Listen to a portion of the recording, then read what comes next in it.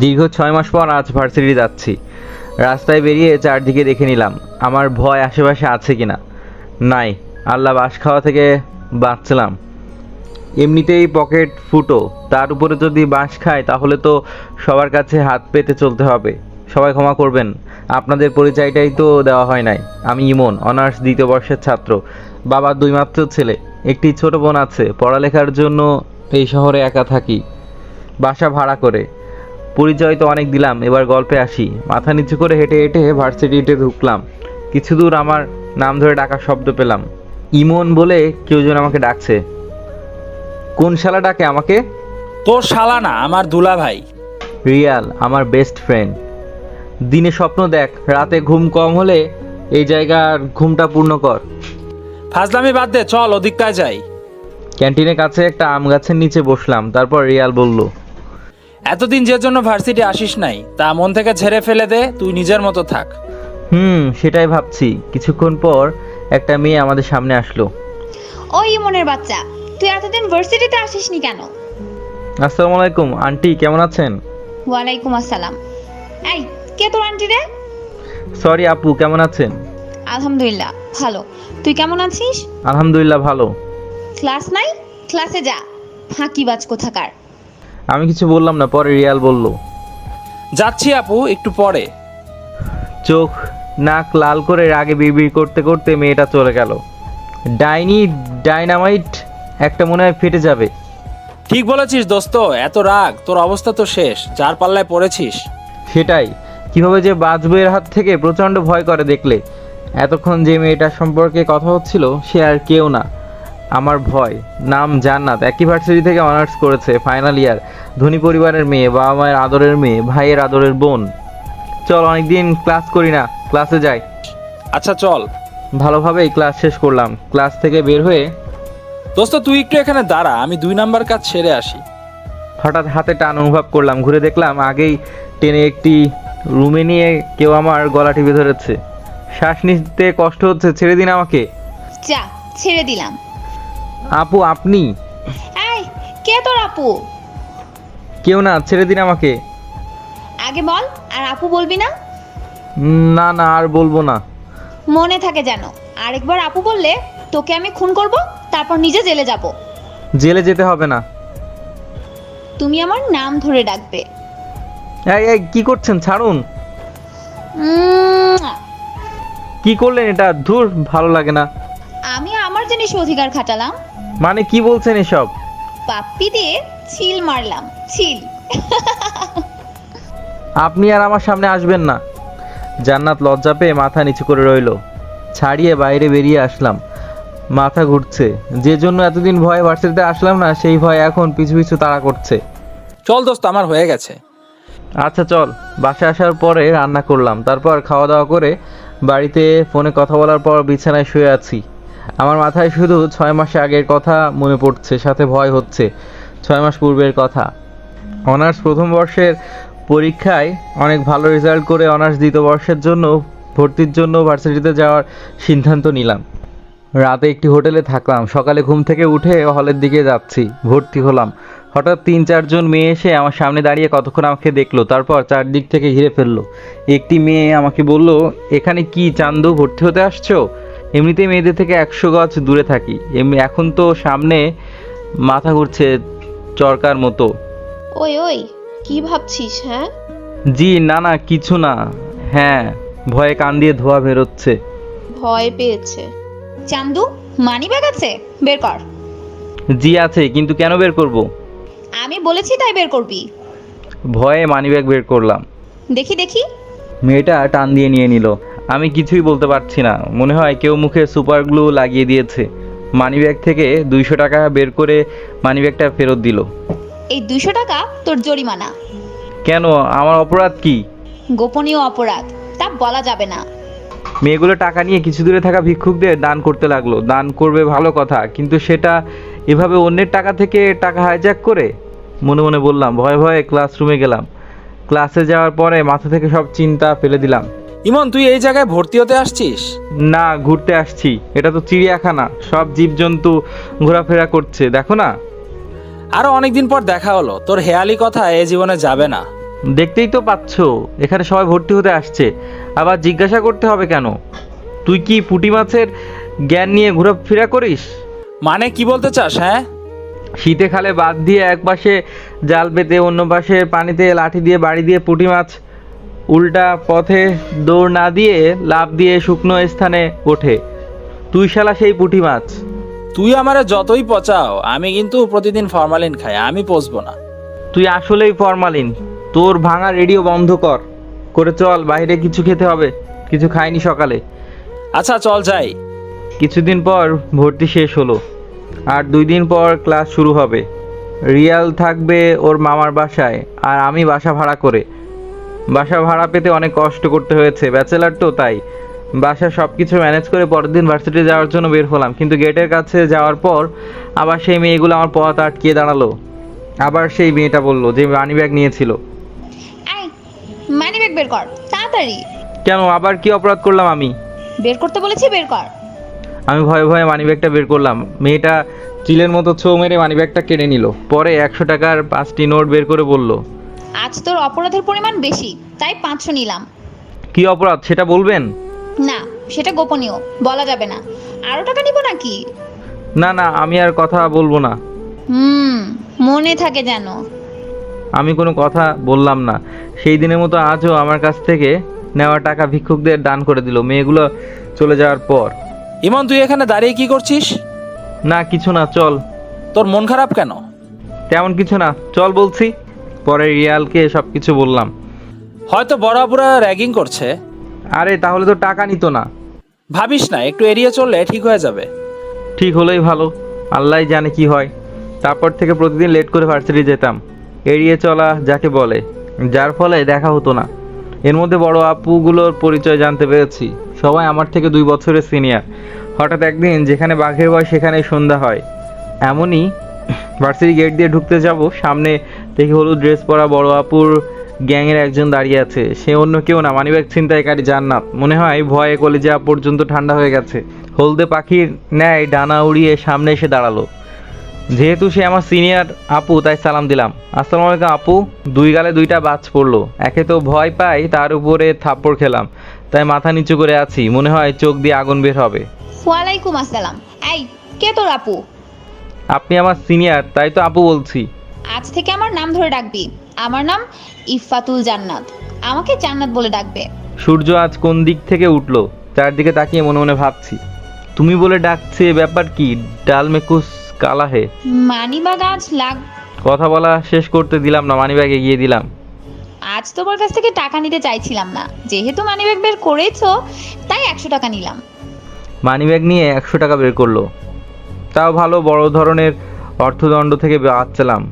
আজ তোমার অপরাধের পরিমাণ কম, এটা বলে জান্নাত আপু একটা মুচকি হাসি দিয়ে চলে গেল। অন্য দিনের মতো আমার থেকে হাইজ্যাককৃত টাকা ভিক্ষুকদের দিল, সাথে সে নিজে থেকে কিছু টাকা দিল। খেয়াল করলাম, যতদূর দেখা যাচ্ছে কেমন একটা টান অনুভব হয়, মনে হয় ভয়ের কারণে।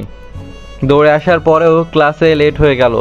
স্যারের কাছে অনুমতি নিয়ে ঢুকলাম। রিয়ালের পাশে বসতেই, ওই বেটা, চিড়িয়াখানার বান্দর, তোর লেট হলো কেন? তোর জন্য কতক্ষণ চিড়িয়াখানার বাইরে দাঁড়িয়েছিলাম জানিস?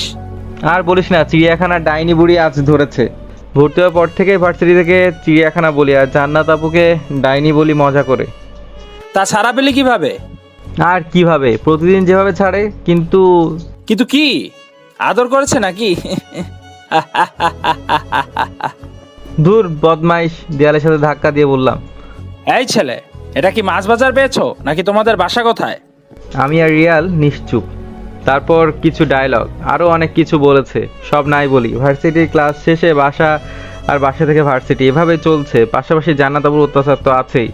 এমনিতে ব্যাচেলার লাইফ, তার উপরে বাবার টাকায় চলা, সাথে ডাইনি বুড়ির মানিব্যাগ অত্যাচার। মাসের শেষে পকেটের অবস্থা করুন। সারাদিন যেভাবেই কাটুক, রাতে বাড়িতে কথা না বললে থাকতে পারি না। আব্বুই প্রতিদিন ফোন দেয়, ক্রিং ক্রিং ক্রিং। আসসালামু আলাইকুম আব্বু, কেমন আছো? আসসালামু আলাইকুম। আমি ভালো আছি, তুমি কেমন আছো বাবা? আলহামদুলিল্লাহ ভালো আছে আব্বু। বাড়ির সবাই কেমন আছে? আলহামদুলিল্লাহ ভালো আছে। তা তোমার খবর কি? আজ ভার্সিটিতে গেছো? হ্যাঁ গিয়েছি। কোনো সমস্যা আছে? তেমন কিছু না, তবে কিছু টাকা লাগবে। আচ্ছা, কালকে বিকালে পাঠিয়ে দেবো, টেনশন করবে না। ঠিক আছে। আরও অনেকক্ষণ সবার সাথে কথা বলে ঘুমিয়ে পড়লাম। সকালে যথারীতি ভার্সিটির উদ্দেশ্যে বের হলাম। ভার্সিটির সামনে এসে জান্নাত আব্বুর সাথে দেখা। আজ এত লেট কেন? এমনি, তাতে আপনার কি? পকেটে টাকা কম থাকার কারণে আজ হেঁটে ভার্সিটি আসছি, তাই মাথা একটু গরম, সাথে একজনের উপরে রাত তো আছেই। মানে এসব কেমন কথা? মাথা নিচু করে আছি ভয়, আবার কি করে ফেলে আল্লাহই ভালো জানে। মানি ব্যাগ বের কর, আজ তোমার অপরাধের পরিমাণ অনেক বেশি। ভয়ে মানিব্যাগ বের করলাম, সাথে সাথে কেটে নিল। মাথা নিচু করে আমার টেনশন একটাই, যা টাকা আছে তা যদি নিয়ে নেয় তাহলে বিকেল পর্যন্ত চলবো কিভাবে। হঠাৎ চেইন খোলার শব্দে সামনে তাকালাম, দেখি জান্নাত আপু তার পার্স ব্যাগ থেকে 2টি 500 টাকার নোট বের করে আমার মানিব্যাগে ঢুকিয়ে দিচ্ছে। আমি তো শুধু অবাক নই, মনে হয় ইন্তেকাল করব, তারপর বেহেশতে বসে স্বপ্ন দেখছি। নাও তোমার মানি ব্যাগ। আমাকে টাকা দিচ্ছেন কেন? আমাকে আর কিছু বলতে না দিয়ে চলে গেল। ক্লাস শেষ করে বাইরে বের হলাম। আজ রিয়াল আসে নাই, তাই একা একা লাগছে। কিছু দূর হাঁটার পরে কারোর সাথে ধাক্কা খেলাম।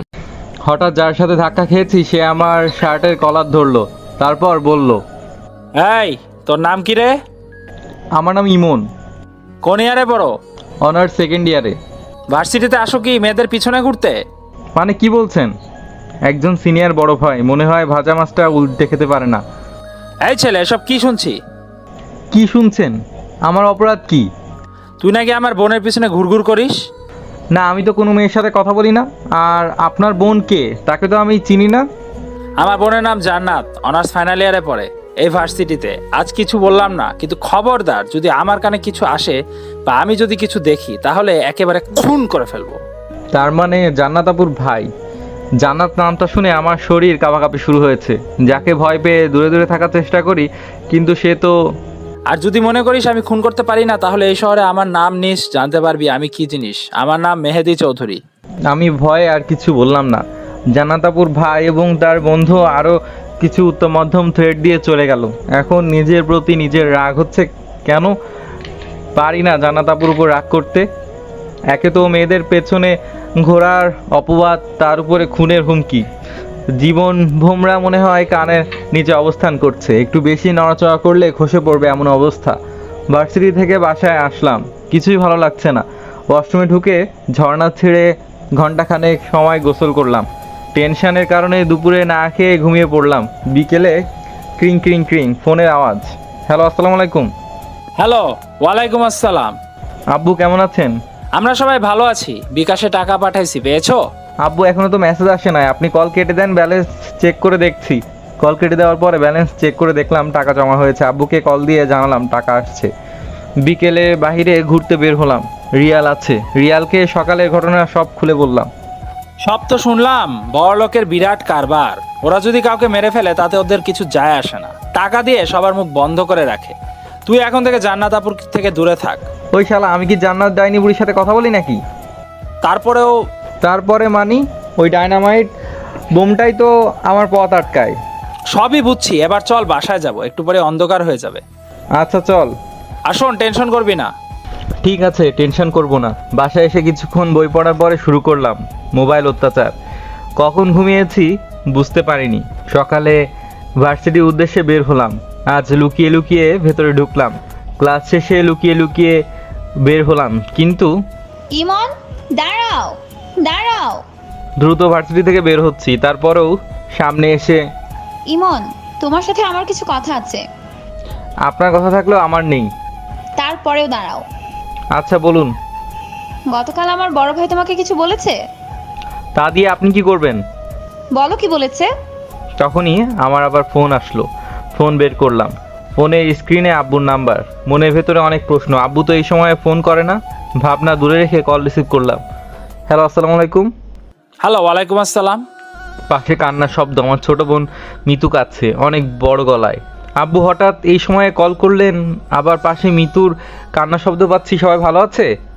অনেকক্ষণ হলো আব্বু কোনো কথা বলছে না। সালাম নেওয়ার সময় আব্বুর কণ্ঠ কেমন ভারী ভারী লাগলো। মনে অনেক প্রশ্ন। কি হলো আব্বু, কথা বলো না কেন? হ্যাঁ বলছি, তুমি আজ এখন বাড়ি চলে আসবে। কেন আব্বু হঠাৎ বাড়ি যেতে হবে? বাড়ি আসলেই জানতে পারবে, আর কোনো প্রশ্ন করবে না। আব্বু কলটা কেটে দিল। মনটা খারাপ হয়ে গেল। হঠাৎ বাড়ি কেন? কোনো সমস্যা হয়েছে নিশ্চয়ই, মনে মনে বললাম। এই, তোমার মন খারাপ কেন? হঠাৎ কি হলো? কথা বলছো না কেন? কিছু না, সরুন, আমি বাসায় যাব। একটু কথা শুনলে কি হয়? নিন মানি ব্যাগ। আপনার তো দান করার জন্য আমার মানিব্যাগের টাকা লাগবে। না, লাগবে না, আজ আমি দান করে দিব। আমার বাড়ি যেতে হবে, প্রচণ্ড টেনশন হচ্ছে। আর কথা না বাড়িয়ে বাসার উদ্দেশ্যে হাঁটা ধরলাম, কিন্তু হাঁটতে পারছি না। হাতে কেমন টান অনুভব হচ্ছে। পেছনে তাকিয়ে দেখি জান্নাত আপু আমার হাত ধরে আছে। এমনিতে টেনশন, তার ভেতরে আমার হাত ধরে আছে। ছাড়ুন আমার হাত। ঝাড়া মেরে হাত ছাড়িয়ে নিলাম। কি পেয়েছেন? আমার হাত কেন ধরছেন? জান্নাত আপু চুপচাপ, কোনো কথা বলছে না। চারদিকের মানুষের দৃষ্টি এখন আমাদের প্রতি। খানিক বাদেই চোখ পড়লো জান্নাত আপুর দিকে। চোখ দিয়ে অঝোর ধারায় মুক্তার মতো জলের কোনা খসে পড়ছে। একটু খারাপ লাগলেও আমার যেহেতু বাড়ি যেতে হবে, তাই সেদিকে ভ্রুক্ষেপ না করে বাসায় চলে আসলাম। টেনশন নিয়ে বাড়ির উদ্দেশ্যে বের হলাম। এখন সকাল 11:30 বাজে। লঞ্চ সন্ধ্যার আগে পাবো না, তার চেয়ে বাসে গেলে কম সময়ে বাড়ি পৌঁছানো যাবে মনে মনে ভাবলাম। যেই ভাবা সেই কাজ। বাস স্ট্যান্ড থেকে টিকিট কেটে উঠে পড়লাম। গন্তব্য রংপুর। এতক্ষণে হয়তো বুঝতে পেরেছেন আমার বাড়ি কোথায়। মনে মনে অনেক যুদ্ধ চলছে। কি জন্য আব্বু বাড়ি যেতে বললো? গতকাল বিকেলেও তো কথা হলো, তখন তো কিছু বললো না। তাহলে বিকেল 5টার সময় বাস থেকে নেমে রিক্সা নিয়ে বাড়ি যাচ্ছি। বাড়ির সামনে এসে মানুষের ভিড় দেখে ভয়টা এবার আরও গ্রাস করেছে। রিক্সা ভাড়া মিটিয়ে ভেতরে ঢুকে হঠাৎ কেউ দৌড়ে এসে আমাকে জড়িয়ে ধরে কান্না করছে। এমনভাবে কাঁদছে মনে হয় তার কোনো আপনজন পৃথিবীর মায়া ত্যাগ করেছে। কে এভাবে কেউ জড়িয়ে ধরে? ভাইয়া, তুমি আমায় চিনতে পারছো না? মাথাটা নিচু করে দেখি মিতু। তুই কাঁদছিস কেন? কি হয়েছে বল আমাকে। তোর কণ্ঠ ভাঙা কেন? কেঁদেই চলেছে বিরতিহীনভাবে। বল আমাকে, কেউ কিছু বলেছে? ভাইয়া, দাদি আর নেই। কি বলিস কি? এই জন্যই কেউ আমাকে জানায়নি? আমার দাদু আমাকে ছেড়ে চলে গেছে। মনে মনে ভাবলাম, আমার দাদুর কিছু হতে পারে না। কই আমার বউ, কই আমার বুড়ি? দাদিকে বউ এবং বুড়ি বলে ডাকতাম। ভাইয়া, কেউ আর তোকে শামেলা বলে ডাকবে না।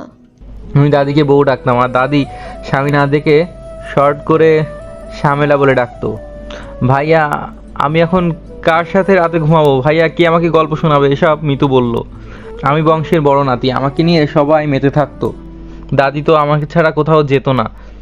সেই দাদি আমাকে ছেড়ে চলে গেল। কেন গেলাম ঢাকা? চোখ দিয়ে ফোঁটা ফোঁটা কষ্ট বের হচ্ছে। দাদি, তুমি তো বলেছিলে আমাকে সাহেব হতে হবে, আর তুমি আমার বেগম হবে। নাতবউ আসলেও তুমি আমার বেগম থাকবে। তুমি তো আমাকে জোর করে ঢাকা পড়তে পাঠাইছো। ঘরে ঢুকে আমার চোখ পড়লো দাদির নিথর দেহের দিকে। আমাকে কেউ ধরে রাখতে পারছে না। কেঁদে কেঁদে দাদির দিকে যাচ্ছি। ইমন বাবা, একটু শোন। তুই যদি তো ভেঙে পড়িস তাহলে মৃত্যুকে কে সামলাবে? মামা, মিতু কই? আমার কাছে নিয়ে আসো। ভাইয়া, মিতু, এই মিতু, কি হয়েছে? সকাল থেকে কেঁদে যাচ্ছে, কিছুই খায়নি, তাই তো জ্ঞান হারিয়েছে। চোখে পানি ছিটিয়ে মিতুর জ্ঞান ফেরালাম। এই বুড়ি, আর কাঁদবি না। বুড়ি ডাকার কারণে হু হু করে কেঁদে দিল। আব্বু দূর থেকে আমাদের দেখছে, কিন্তু কাঁদছে না। হয়তো মনের ভেতরে ঝড় বইছে। সন্ধ্যায় দাদিকে পারিবারিক কবরস্থানে রেখে এসেছি। বাড়ির সামনে বন্ধুদের সাথে কথা বলছিলাম। হঠাৎ বাড়ির ভেতরে কান্নার আওয়াজ পেয়ে ভেতরে গেলাম। দেখি আব্বু সারাদিনের কান্না ধরে রাখতে না পেরে মা মা বলে ডাকছে আর কাঁদছে। আব্বু, এভাবে কেঁদো না। কাঁদলে কি দাদি ফিরে আসবে? আমার মনের ভেতরে কষ্ট, তবুও থামানোর চেষ্টা করছি। কোনো কথাতেই থামছে না। কেউ থামাতে পারছে না। কোনো উপায় না পেয়ে চারদিকে মিতুকে খুঁজছি। মিতু, এদিকে আয়। আব্বু, আজ থেকে এটা তোমার মা। মিতুকে এগিয়ে দিয়ে বললাম। মা, আমার মা। আব্বুর কান্না দেখে মিতু জোরে জোরে কাঁদছে। মিতুর কান্না দেখে আব্বু কান্না বন্ধ করে মিতুকে থামানোর ব্যস্ত। 2 দিন পরে দাদির নামে মিলাদ অনুষ্ঠানের আয়োজন করা হয়। আমি অনেক কেঁদেছি, কিন্তু লুকিয়ে লুকিয়ে। যে জায়গায় যাই সেই জায়গায় দাদির মুখটা ভেসে আসে। দাদির মৃত্যুর 41 দিনের মাথায় আমার মিলাদ পড়ানো হয়। সবাই এখন মোটামুটি স্বাভাবিক আচরণ করছে। ইমন, তোমার সাথে একটু কথা ছিল। হ্যাঁ আব্বু, বলেন। বাবা, যে যাবার সে তো যাবেই। আল্লাহর সৃষ্টি সকলকে মৃত্যুর স্বাদ ভোগ করতেই হবে। আমি মাথা নিচু করে বললাম। আমি চাই তুমি তোমার দাদির ইচ্ছা পূরণ করো। আচ্ছা আব্বু, কয়েকদিন পরেই ঢাকা চলে যাব। কিছুদিন যাবৎ কেমন যেন মাঝে মাঝে মাথা ঘোরে, খাবার তেতো লাগে, রাত্রে জ্বর আসে। আমার শরীরের অবস্থা খারাপ দেখে হাসপাতালে ভর্তি করা হয়েছে। অনেকগুলো টেস্ট করে ডাক্তার জানালো আমার জন্ডিস হয়ে টাইফয়েড জ্বরে রূপান্তরিত হয়েছে। দাদির মৃত্যু, টাইফয়েড, আরও বিভিন্ন কারণে ঢাকা যেতে পারিনি। আজ রওনা করছি। আমার যাওয়ার কথা শুনে সবাই কাঁদছে। একজনকে সামলানো যাচ্ছে না। সে আর কেউ না, আমার আদরের ছোট বোন মিতু। অনেক বুঝিয়ে বাসা থেকে বের হয়ে বাড়ির সামনে আসলাম। দাদি কবর জিয়ারত করে পেছনে ঘুরে আব্বুকে জড়িয়ে ধরলাম। পাশেই আম্মু এবং মিতু দাঁড়িয়ে ছিল। আমি আম্মুকে জড়িয়ে টপ টপ করে চোখের পানি ফেললাম। আম্মু মিতুকে কখনো একা ছাড়বে না, ও তো দাদির সাথে বেশি বেশি থাকতো, সবসময় তোমার সাথে রাখবে। আম্মু বলল আমি সেটা বুঝি, তোকে বলতে হবে না। সবার কাছ থেকে বিদায় নিয়ে মিতুর কাছে আসলাম, দুই গালে হাত দিয়ে মুখটা উঁচু করে কপালে চুমু দিলাম। তারপর বললাম, সব সময় আব্বু আম্মুর কথা শুনবি আর প্রতিদিন স্কুলে যাবি, ভালোভাবে পড়াশোনা করবি, ঠিক আছে? আচ্ছা ঠিক আছে, তুমি সাবধানে যাবে। মিতুর সাথে কথা বলে আর পেছনে না তাকিয়ে রিকশায় উঠলাম। আজ লঞ্চে যাব, তাই বিকেলে রওনা করেছি। পরের দিন রিয়ালকে কল দিলাম, রিয়াল আমি ঢাকা আসছি, বিকালে একটু বাসায় আসবি? বিকেলে? আচ্ছা ঠিক আছে, আসবো বিকেলে। শোন, অনেকদিন ভার্সিটি যায় না, এতদিন কি পড়ানো হয়েছে জানি না, নোটসগুলো যদি কালকে দিতি তাহলে ভালো হতো। এভাবে বলছিস কেন? তুই বললেই তো নোটসগুলো হাজির করে দিতাম। আচ্ছা রাগ করিস না, কালকে ভার্সিটি যাব। ভুলেও ভার্সিটির কথা মুখেও আনিস না। কেন, কি হয়েছে? শালা, আমি এতদিন কি জ্বালায় ছিলাম তা আমিই জানি। জান্নাত আপু তো তুই বাড়ি থেকে যাওয়ার পর থেকে জিজ্ঞাসা করছে তুই কোথায়, আসবি কবে। প্রথম প্রথম তোর দাদির কথা বলে পার পেতাম, এখন তো প্রতিদিন যথারীতি হুমকি দেয়। কি হুমকি দেয়? কি বলছে তাহলে শোন। এই রিয়ালের বাচ্চা ইমন কই, আসবে কবে সত্য করে বল, না হলে তোর কুচি কুচি করে কেটে ডাস্টবিনে ফেলে রাখবো। আর ইমনে যদি পাই, ওরা আমি কাঁচা চিবিয়ে খাবো। কোন রাক্ষসীর পাল্লায় পড়লাম দোস্ত? তাই তো বলি, আপাতত তোর ভার্সিটি যেতে হবে না, যা নোটস লাগবে আমি এনে দিব, পরিস্থিতি বুঝে তারপরে ভার্সিটি যাবি। আচ্ছা তাই করব। ভয় থেকে লুকিয়ে লুকিয়ে কাটিয়ে দিলাম অনেকটা দিন। হঠাৎ একদিন বিকেলে রিয়াল বাসায় আসলো। দোস্ত, একটা দুঃসংবাদ আছে। কি বল তাড়াতাড়ি। তুই যেটা ভাবছিস সেটা নয়। আমি তখন বললাম, শালা ভনিতা না করে তাড়াতাড়ি বলবি। আসলে আজ ভার্সিটি নোটিশ বোর্ডে দেখলাম 50% উপস্থিতি না থাকলে ফর্ম ফিল আপ করতে দিবে না। শালার এতদিন ছিল ট্যামের উপর এখন বিষ ফোড়া। কি বলছিস উল্টাপাল্টা? বিষ ফোড়া পেকে গেছে, কিছু একটা তো করতেই হবে। ফাটিয়ে ফেল। শালা মজা নাও, আমি বাঁচি না আমার জ্বালায় আর ও হাসছে। মারিস না, ব্যথা পাই। এবার জান্নাত আপুর সাথে বোঝাপড়া করতেই হবে। আমাকে এখন প্রতিদিন ভার্সিটি যেতেই হবে, নয়তো পরীক্ষা দিতে পারবো না, মনে মনে ভাবলাম। আমি গেলাম, সন্ধ্যা হয়ে গেছে। এই ছিল 6 মাস পূর্বের ঘটনা। এবার বাস্তবে আসি। অনেক তো মনের ভেতরে লুকিয়ে থাকা গোপন স্মৃতি কান পেতে শুনলেন, এবার বর্তমানে কি হয় সেটাই দেখার পালা। দেখবেন তো নাকি পালিয়ে যাবেন? গল্পটা কেমন লাগছে কমেন্ট করে জানাবেন। সন্ধ্যার সময় হালকা কিছু রান্না করে খেয়ে নিলাম। সবাই বলে বাঁচতে হলে জানতে হবে, আমি বলি বাঁচতে হলে খেতে হবে। রাতে আব্বুর সাথে কথা বলে ঘুমিয়ে পড়লাম। পরের দিন সকালে বাসা থেকে বের হয়ে একটা রিক্সা নিলাম, কিন্তু কিছু দূর যাওয়ার পর রিক্সার টায়ার বাস্ট হয়ে গেল। কোনো উপায় না পেয়ে হেঁটে হেঁটে ভার্সিটির সামনে আসলাম। এমনিতেই হেঁটে হাঁপিয়ে মাথা গরম, তার ভেতরে যথারীতি আমার ভয় জান্নাত আপু সামনে এসে দাঁড়ালো। আবার আপনি? হ্যাঁ আমি। কোনো সমস্যা? অনেক সমস্যা, আপনি আর আমার সামনে আসবেন না। আসবো কি আসবো না সেটা আমি বুঝবো। কেন আসবেন তা তো জানি, টাকা লাগবে তাই তো, নিন টাকা। মানিব্যাগ থেকে 2000 টাকা বের করে দিয়ে বললাম। জান্নাত চমকে উঠলো, সাথে অসহায়ের মতো তাকিয়ে বলল, লাগবে না আমার টাকা। সব বুঝলাম, তারপরেও বলছি আজকের পর থেকে আপনি আমার পথে আসবেন না। আসবো। আসলে কি করবি তুই? আপনাকে কিছু বলতে পারবো না, কিন্তু একটা কাজ করতে পারবো। কি কাজ করতে পারবি? এই ভার্সিটি থেকে চলে যাব। জান্নাত আপুর দিকে তাকিয়ে বুঝলাম সে চমকের চরম শিখরে পৌঁছে গিয়েছে। প্রায় 2 মিনিট নীরবতা পালন করে বলল, আমি সামনে আসবো না, তবে দুটো শর্ত আছে, মানলে আসবো না। আমি কেন আপনার শর্ত মানতে যাব? শর্ত না মানলে নাই, আমিও আসবো সামনে, কথা বলবো। আচ্ছা আগে শর্ত বলুন, তারপর দেখি মানবো কিনা। 1, কোনো মেয়ের দিকে তাকানো ও কথা বলা যাবে না। এই ভার্সিটি থেকে কোথাও যাওয়া যাবে না। এমনিতেও আমি কোনো মেয়ের দিকে তাকাই না, কথা বলা তো দূরের কথা। আর এই ভার্সিটি থেকে কখনোই যাব না। এটা কোনো শর্ত হলো? মনে মনে বললাম। কোনো কিছু না ভেবে বললাম, আমি আপনার 2টা নয় 3টা শর্তেই রাজি। 3টা শর্ত মানে? 1-এর ভিতর 2। আচ্ছা আপনি খুঁজুন আর আমি আসি। আর আমার শর্ত মনে থাকে জানো? ঠিক আছে, যদি শর্ত ভঙ্গ করো তাহলে তোর খবর আছে। তোর একদিন কি আমার যতদিন লাগে। জান্নাত আপু মন খারাপ করে চলে গেল আর আমি ক্লাসে গেলাম। কিরে ইমন, আজ এত লেট কেন? বলিস না দোস্ত, আজ ডেনামাইট বোমাটা মাটি দিয়ে আসছি। আজও পথ আটকেছিল? আজ সব কিছু মিটমাট করে ফেলেছে, আর আসবে না। দেখে তো তাই মনে হয়। এরপরে রিয়ালের সাথে শর্তের কথা বললাম। নিজের শর্তে নিজেই ধরা খেয়েছে। ক্লাস শেষে ভার্সিটি গেট দিয়ে বের হওয়ার সময় আরে ব্যাস দোস্ত, জান্নাত আপু এত ভদ্র হলো কিভাবে?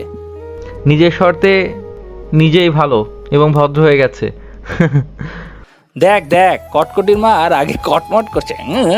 আমি আর চোখে দেখলাম, একবার আমার দিকে আবার অন্যদিকে তাকায়। আমাকে না দেখার ভান করে মনে হচ্ছে অবুঝ খোকা, তুক্কু খুকি কিছুই বোঝে না।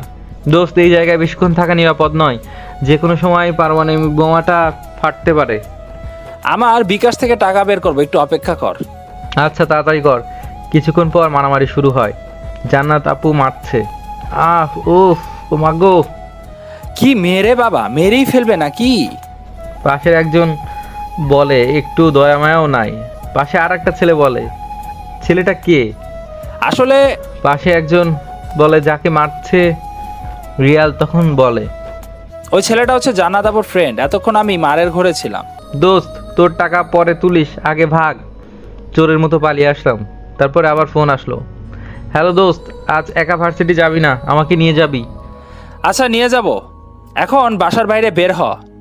বাসা থেকে বের হয়ে ভয়ে ভয়ে ভার্সিটি আসলাম। আগের দিনের চেয়ে জান্নাত আপু আরও বেশি ভদ্র, কারোর সাথে কথা বলছে না। রিয়াল বলল, আর চোখে না তাকিয়ে চল ক্লাসে যাই, সময় হয়ে গেছে। ক্লাস শেষে, দোস্ত, গতকাল জান্নাত আপু একটা ছেলেকে মারছিল, মনে আছে? হ্যাঁ আছে, কি হয়েছে তাতে? ওই ছেলেটা জান্নাত আপুর সাথে পরে গতকাল জান্নাত আপুকে প্রপোজ করছিল, তাই ওই ছেলেটাকে নাকি মারছে। কি বলিস? এভাবে চলছিল প্রতিদিন। লুকিয়ে লুকিয়ে দেখতাম জান্নাত আপু আমাকে দেখছে, সামনে আসতো না, এমনকি কথাও বলতো না। দোস্ত চল ক্যান্টিনে যাই। চল যাই, আমার ক্ষুধা পেয়েছে। ক্যান্টিনে বসলাম। একটু দূরে জান্নাত আপু একা বসে আমার দিকে দেখছে আর চোখ মুছছে। চোখ রক্তবর্ণ ধারণ করেছে। আমার খুব খারাপ লাগছে। হঠাৎ কি হলো সেদিন? শর্তের পর থেকে মনে মনে ভাবছি। দোস্ত, স্যার আমাকে ডাকছে। আচ্ছা যা। আমি জান্নাত কাঁদে কেন দেখিয়ে গিয়ে। রিয়াল চলে যাওয়ার পর আমি জান্নাত আপুর কাছে আসার সাথে সাথেই ঠোঁট মুছতে বললাম, কি হলো? আপনি আমার সিনিয়র আপু হয়ে এটা কি করলেন? ছি ছি, এটা আপনি কিভাবে পারলেন? আমি আবার কি করলাম? আহা, এখন কিছুই বোঝে না, দুধের ধোয়া তুলসী পাতা, মনে মনে বললাম। আমার ঠোঁটে চুমু দিলেন কেন? দিয়েছি, বেশ করেছি, আরো দিব। তারপর আবার চুম্মা দিল। ছাড়াতে পারছি না, এত শক্ত করে মাথা চেপে ধরেছে, মনে হচ্ছে শ্বাস বন্ধ হয়ে মারা যাব। আহ উফ উফ, ছাড়া পেয়ে যেন জোরে শ্বাস নিচ্ছি। আর লাগবে বাবু? আপনি আপনার দেয়া শর্ত ভঙ্গ করলেন। আমি কোনো শর্ত ভঙ্গ করিনি। তাহলে এগুলা কি ছিল? আমি তো তোমার কাছে আসিনি, এসেছো তুমি।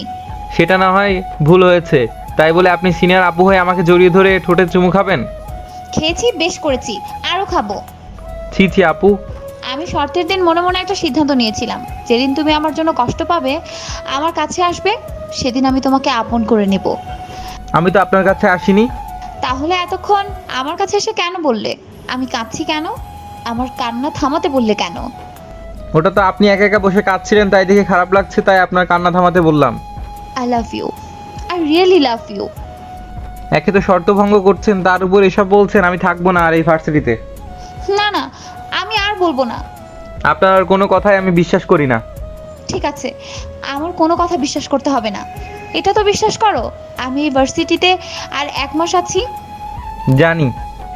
আর 1 মাস পর চলে যাব, ঠিক আছে? কোনো কথা না বলে আমার জায়গায় এসে বসলাম। রিয়াল ফাঁকিবাজটা এখনো আসে না কেন? কাজের কথা বলে প্রিন্সিপালের রুমে গেল। আর কতক্ষণ বসে থাকবো ক্যান্টিনে? ওই কালা বান্দর, শালা এতক্ষণ এত সময় হলো। কি করব, প্রিন্সিপাল ব্যস্ত ছিল তাই লেট হয়েছে। তখন রিয়াল আমাকে জিজ্ঞেস করলো, জান্নাত আপু চলে গেছে? ওই নামটা আমার সামনে নিবি না। কেন, আবার কি করলো? কি করেনি সেটা বল। কিসের কথা বাদে সব বললাম। আর তো 1 মাস, তারপর গায়ে হাওয়া লাগিয়ে ঘুরিস। চল এখন। চলেন মশাই। 1 মাস ভার্সিটি আসতে যেতে শেষ হয়ে গেছে। কয়েকদিন যাবত লক্ষ্য করছি জান্নাত আপু বারবার সামনে আসে, কিন্তু কোনো কথা না বলে মুচকি হাসি দিয়ে চলে যায়। আর জান্নাত আপু বিদায় নিয়ে চলে গেছে, সাথে আমার ভয়টাও। অনেক ক্লান্ত থাকার কারণে সন্ধ্যায় ঘুমিয়েছিলাম। ক্রিং ক্রিং করে ফোন বাজলো। আম্মু আসসালামু আলাইকুম। ওয়ালাইকুম আসসালাম। আম্মু কেমন আছো? বাড়ির সবাই কেমন আছে? হ্যাঁ, সবাই ভালো আছে। একটা কথা শোনো, আমার চাচাতো ভাইয়ের মেয়ে বিদেশ থেকে এসে তোর ভার্সিটিতে ভর্তি হইব। বাবা, একটু সাথে থাকিস। আম্মু আচ্ছা ঠিক আছে, থাকবো। আমার নাম্বারটা দিয়ে দিও। আচ্ছা। আমরা মধ্যবিত্ত হলেও আম্মুর বাবার বাড়ির সবাই অনেক টাকার মালিক। রাতে একটি আননোন নাম্বার থেকে কল আসে। জানতে পারি আম্মুর কাছ থেকে নাম্বার পেয়েছে। পরের দিন ভার্সিটিতে আসতে বলে কল কেটে দিলাম। সকালে ভালোভাবে বিভিন্ন প্রসাধনী মেখে ভার্সিটির সামনে গেলাম। এমনিতে কিছু মাখি না, কিন্তু আজ নতুন কারোর সাথে দেখা করতে যাব, তাই যাতে খ্যাত না বলে। অনেক খোঁজার পরে পেলাম। দেখতে মাশাআল্লাহ, চোখ ফেরানো যায় না, মুখ থেকে কোনো কথা বের হচ্ছে না। হ্যালো, আমি সিদ্রাতুল মুনতাহা। আমাকে মুনতাহা আপু বলে ডাকতে পারো। মুনতাহা আপু কেন ডাকবো?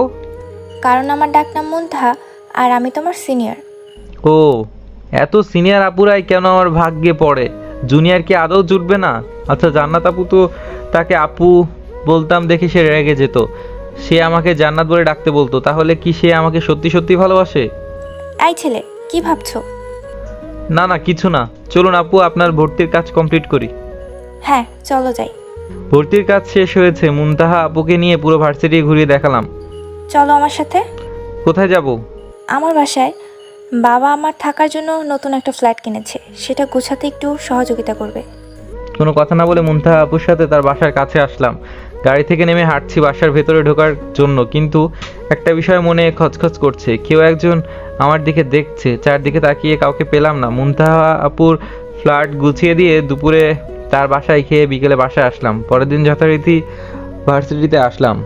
মুনতাহা আপুর সাথে রিয়ালের পরিচয় করিয়ে দিলাম। তারপর রিয়ালের কাজের কথা বলে চলে গেল। সময় কাটানোর জন্য আমি এবং মুনতাহা আপু বসেছিলাম। আজও মনে হচ্ছে কেউ পেছনে আছে, কেউ আমাদের ফলো করছে। তাহলে কি মুনতাহা আপু আর আমাকে কেউ সন্দেহ করছে? সন্দেহ হওয়ার কারণে পেছনে দেখলাম, দূরে কেউ একজন আমাদের দেখছে। একটা ছেলে। কেউ কি মুনতাহা আপুর পিছু নিয়েছে? আসতেও পারে। তার বাবা অনেক সম্পদশালী, তাছাড়া সে দেখতে মাশাআল্লাহ চাঁদের পরীর মতো। ছি, আমি কি ভাবছি? আপু চলো বাসায় যাব। আর একটু থাকি, ভালোই তো লাগছে। একটু বসার পরে আমি মুনতাহা আপুকে তার বাসায় রেখে আমার বাসার দিকে যাচ্ছি, কিন্তু আবারও কেউ আমাকে ফলো করছে। পেছনে ঘুরে দেখি সেই ছেলেটি আমার পেছনে। ভয়ে শরীর থেকে ঘাম ঝরছে। আমাকে সে মারবে না তো? কেন আমাকে ফলো করছে? উল্টাপাল্টা অনেক কিছু ভাবলাম। ভাবতে ভাবতে বাসার ভেতরে ঢুকে গেলাম। ভয়ে ভয়ে নির্ঘুম রাত পার করছি। হঠাৎ ভার্সিটির সামনে আসার পর সেই ছেলেটির সাথে আরও কয়েকটা ছেলে আমার সামনে আসলো। এই তুই একটু দাঁড়া, তোর সাথে কথা আছে। আমি কিছু করিনি, আমাকে যেতে দিন। তোর সাথে মেয়েটার নাম কি? তা দিয়ে কি করবেন? যেটা জানতে চাইলাম সেটা বল, নয়তো তোর কপালে খারাপই আছে। মুনতাহা। তোর কি হয়? আপু হয়, মামাতো বোন। যা হয় হোক, ওর থেকে 3 হাত দূরে থাকবি, নয়তো তোকে ব্যানিশ করে দেব। আপুর সাথে আমি থাকবো। তোকে কি বলি কানে যায় না নাকি? মারের প্রয়োজন। আমি তো ঘেমে শেষ, মানে জ্ঞান হারালাম ভয়ে। জ্ঞান ফিরে দেখি আমি বাসায়। মানে আমি এতক্ষণ ঘুমিয়েছিলাম। চারদিকে হালকা আলো চোখে পড়ছে, ঘড়ির দিকে চোখ পড়লো 5:30, মানে সকাল। এতক্ষণে আমি স্বপ্ন দেখছি। স্বপ্ন আবার সত্যি হবে না তো? ভার্সিটি যাচ্ছি। আজ ভয়ের পরিমাণ অনেক বেশি স্বপ্নের কারণে। ভার্সিটি পৌঁছে সামনেই ছেলেটাকে দেখতে পেলাম। তখনই ইমন, বাসায় আসলি না কেন? ঘুম থেকে উঠতে লেট হচ্ছে তাই। বুঝলাম, ফোন তো দিতে পারতি। এমনি দেইনি। চল ক্যান্টিনে যাব, সকালে কিছু খাইনি। ছেলেটার দিকে তাকিয়ে দেখলাম চোখ বড় বড় করে আমাদের দিকে দেখছে। আমার মনে শুধু স্বপ্নের ভয়। ক্যান্টিনের কাছেই রিয়ালের সাথে দেখা। ইমন, কখন আসলি? অনেকক্ষণ হলো গেটের কাছে ছিলাম। চল ক্যান্টিনে। আচ্ছা চল। ক্যান্টিনে বসার পর একটা মেয়ে আসলো। মেয়েটি বলল, হ্যালো, আমি ববি। হাই, আমরা রিয়াল, মুনতাহা, আমি ইমন। আপনার নাম কি? তা হবে কেন? আমার নাম ইমন। তাহলে যে বললেন আমি ইমন। আমি বাদ দিয়ে শুধু ইমন। সবাই একসাথে হেসে দিল। তা তুমি কোন ইয়ারে পড়ো? আমি ফার্স্ট ইয়ারে পড়ি। আপনারা? আমরা সেকেন্ড ইয়ার, মুনতাহা আপু 4th ইয়ার। আসলে আমি নতুন, তাছাড়া কোনো বন্ধু নাই, তাই আপনাদের সাথে পরিচিত হতে আসলাম। আমাদের সাথে কথা বলতে গেলে আপনি আপনি করে বলতে পারবে না, তুমি করে বলতে হবে। আচ্ছা, বলবো। দোস্ত, আজ আমাদের ডিপার্টমেন্টে নতুন লেকচারার আসবে, শুনলাম সে নাকি অনেক স্ট্রিক্ট। চল ক্লাসে যাই, নয়তো প্রথম দিন আমাদের না আবার শুলে চড়ায়। নতুন লেকচারার পুরুষ নাকি মহিলা তা জানি না। চল যাই। আপু আমরা ক্লাসে গেলাম। ববি, গেলাম। ববি রিয়ালের দিকে তাকাতেই রিয়াল লজ্জায় মাথা নিচু করে ক্লাসের দিকে হাঁটা ধরলো। ব্যাপার কি আজ এত লজ্জা? কিছু না, ছেলেদের লজ্জা থাকতে নেই।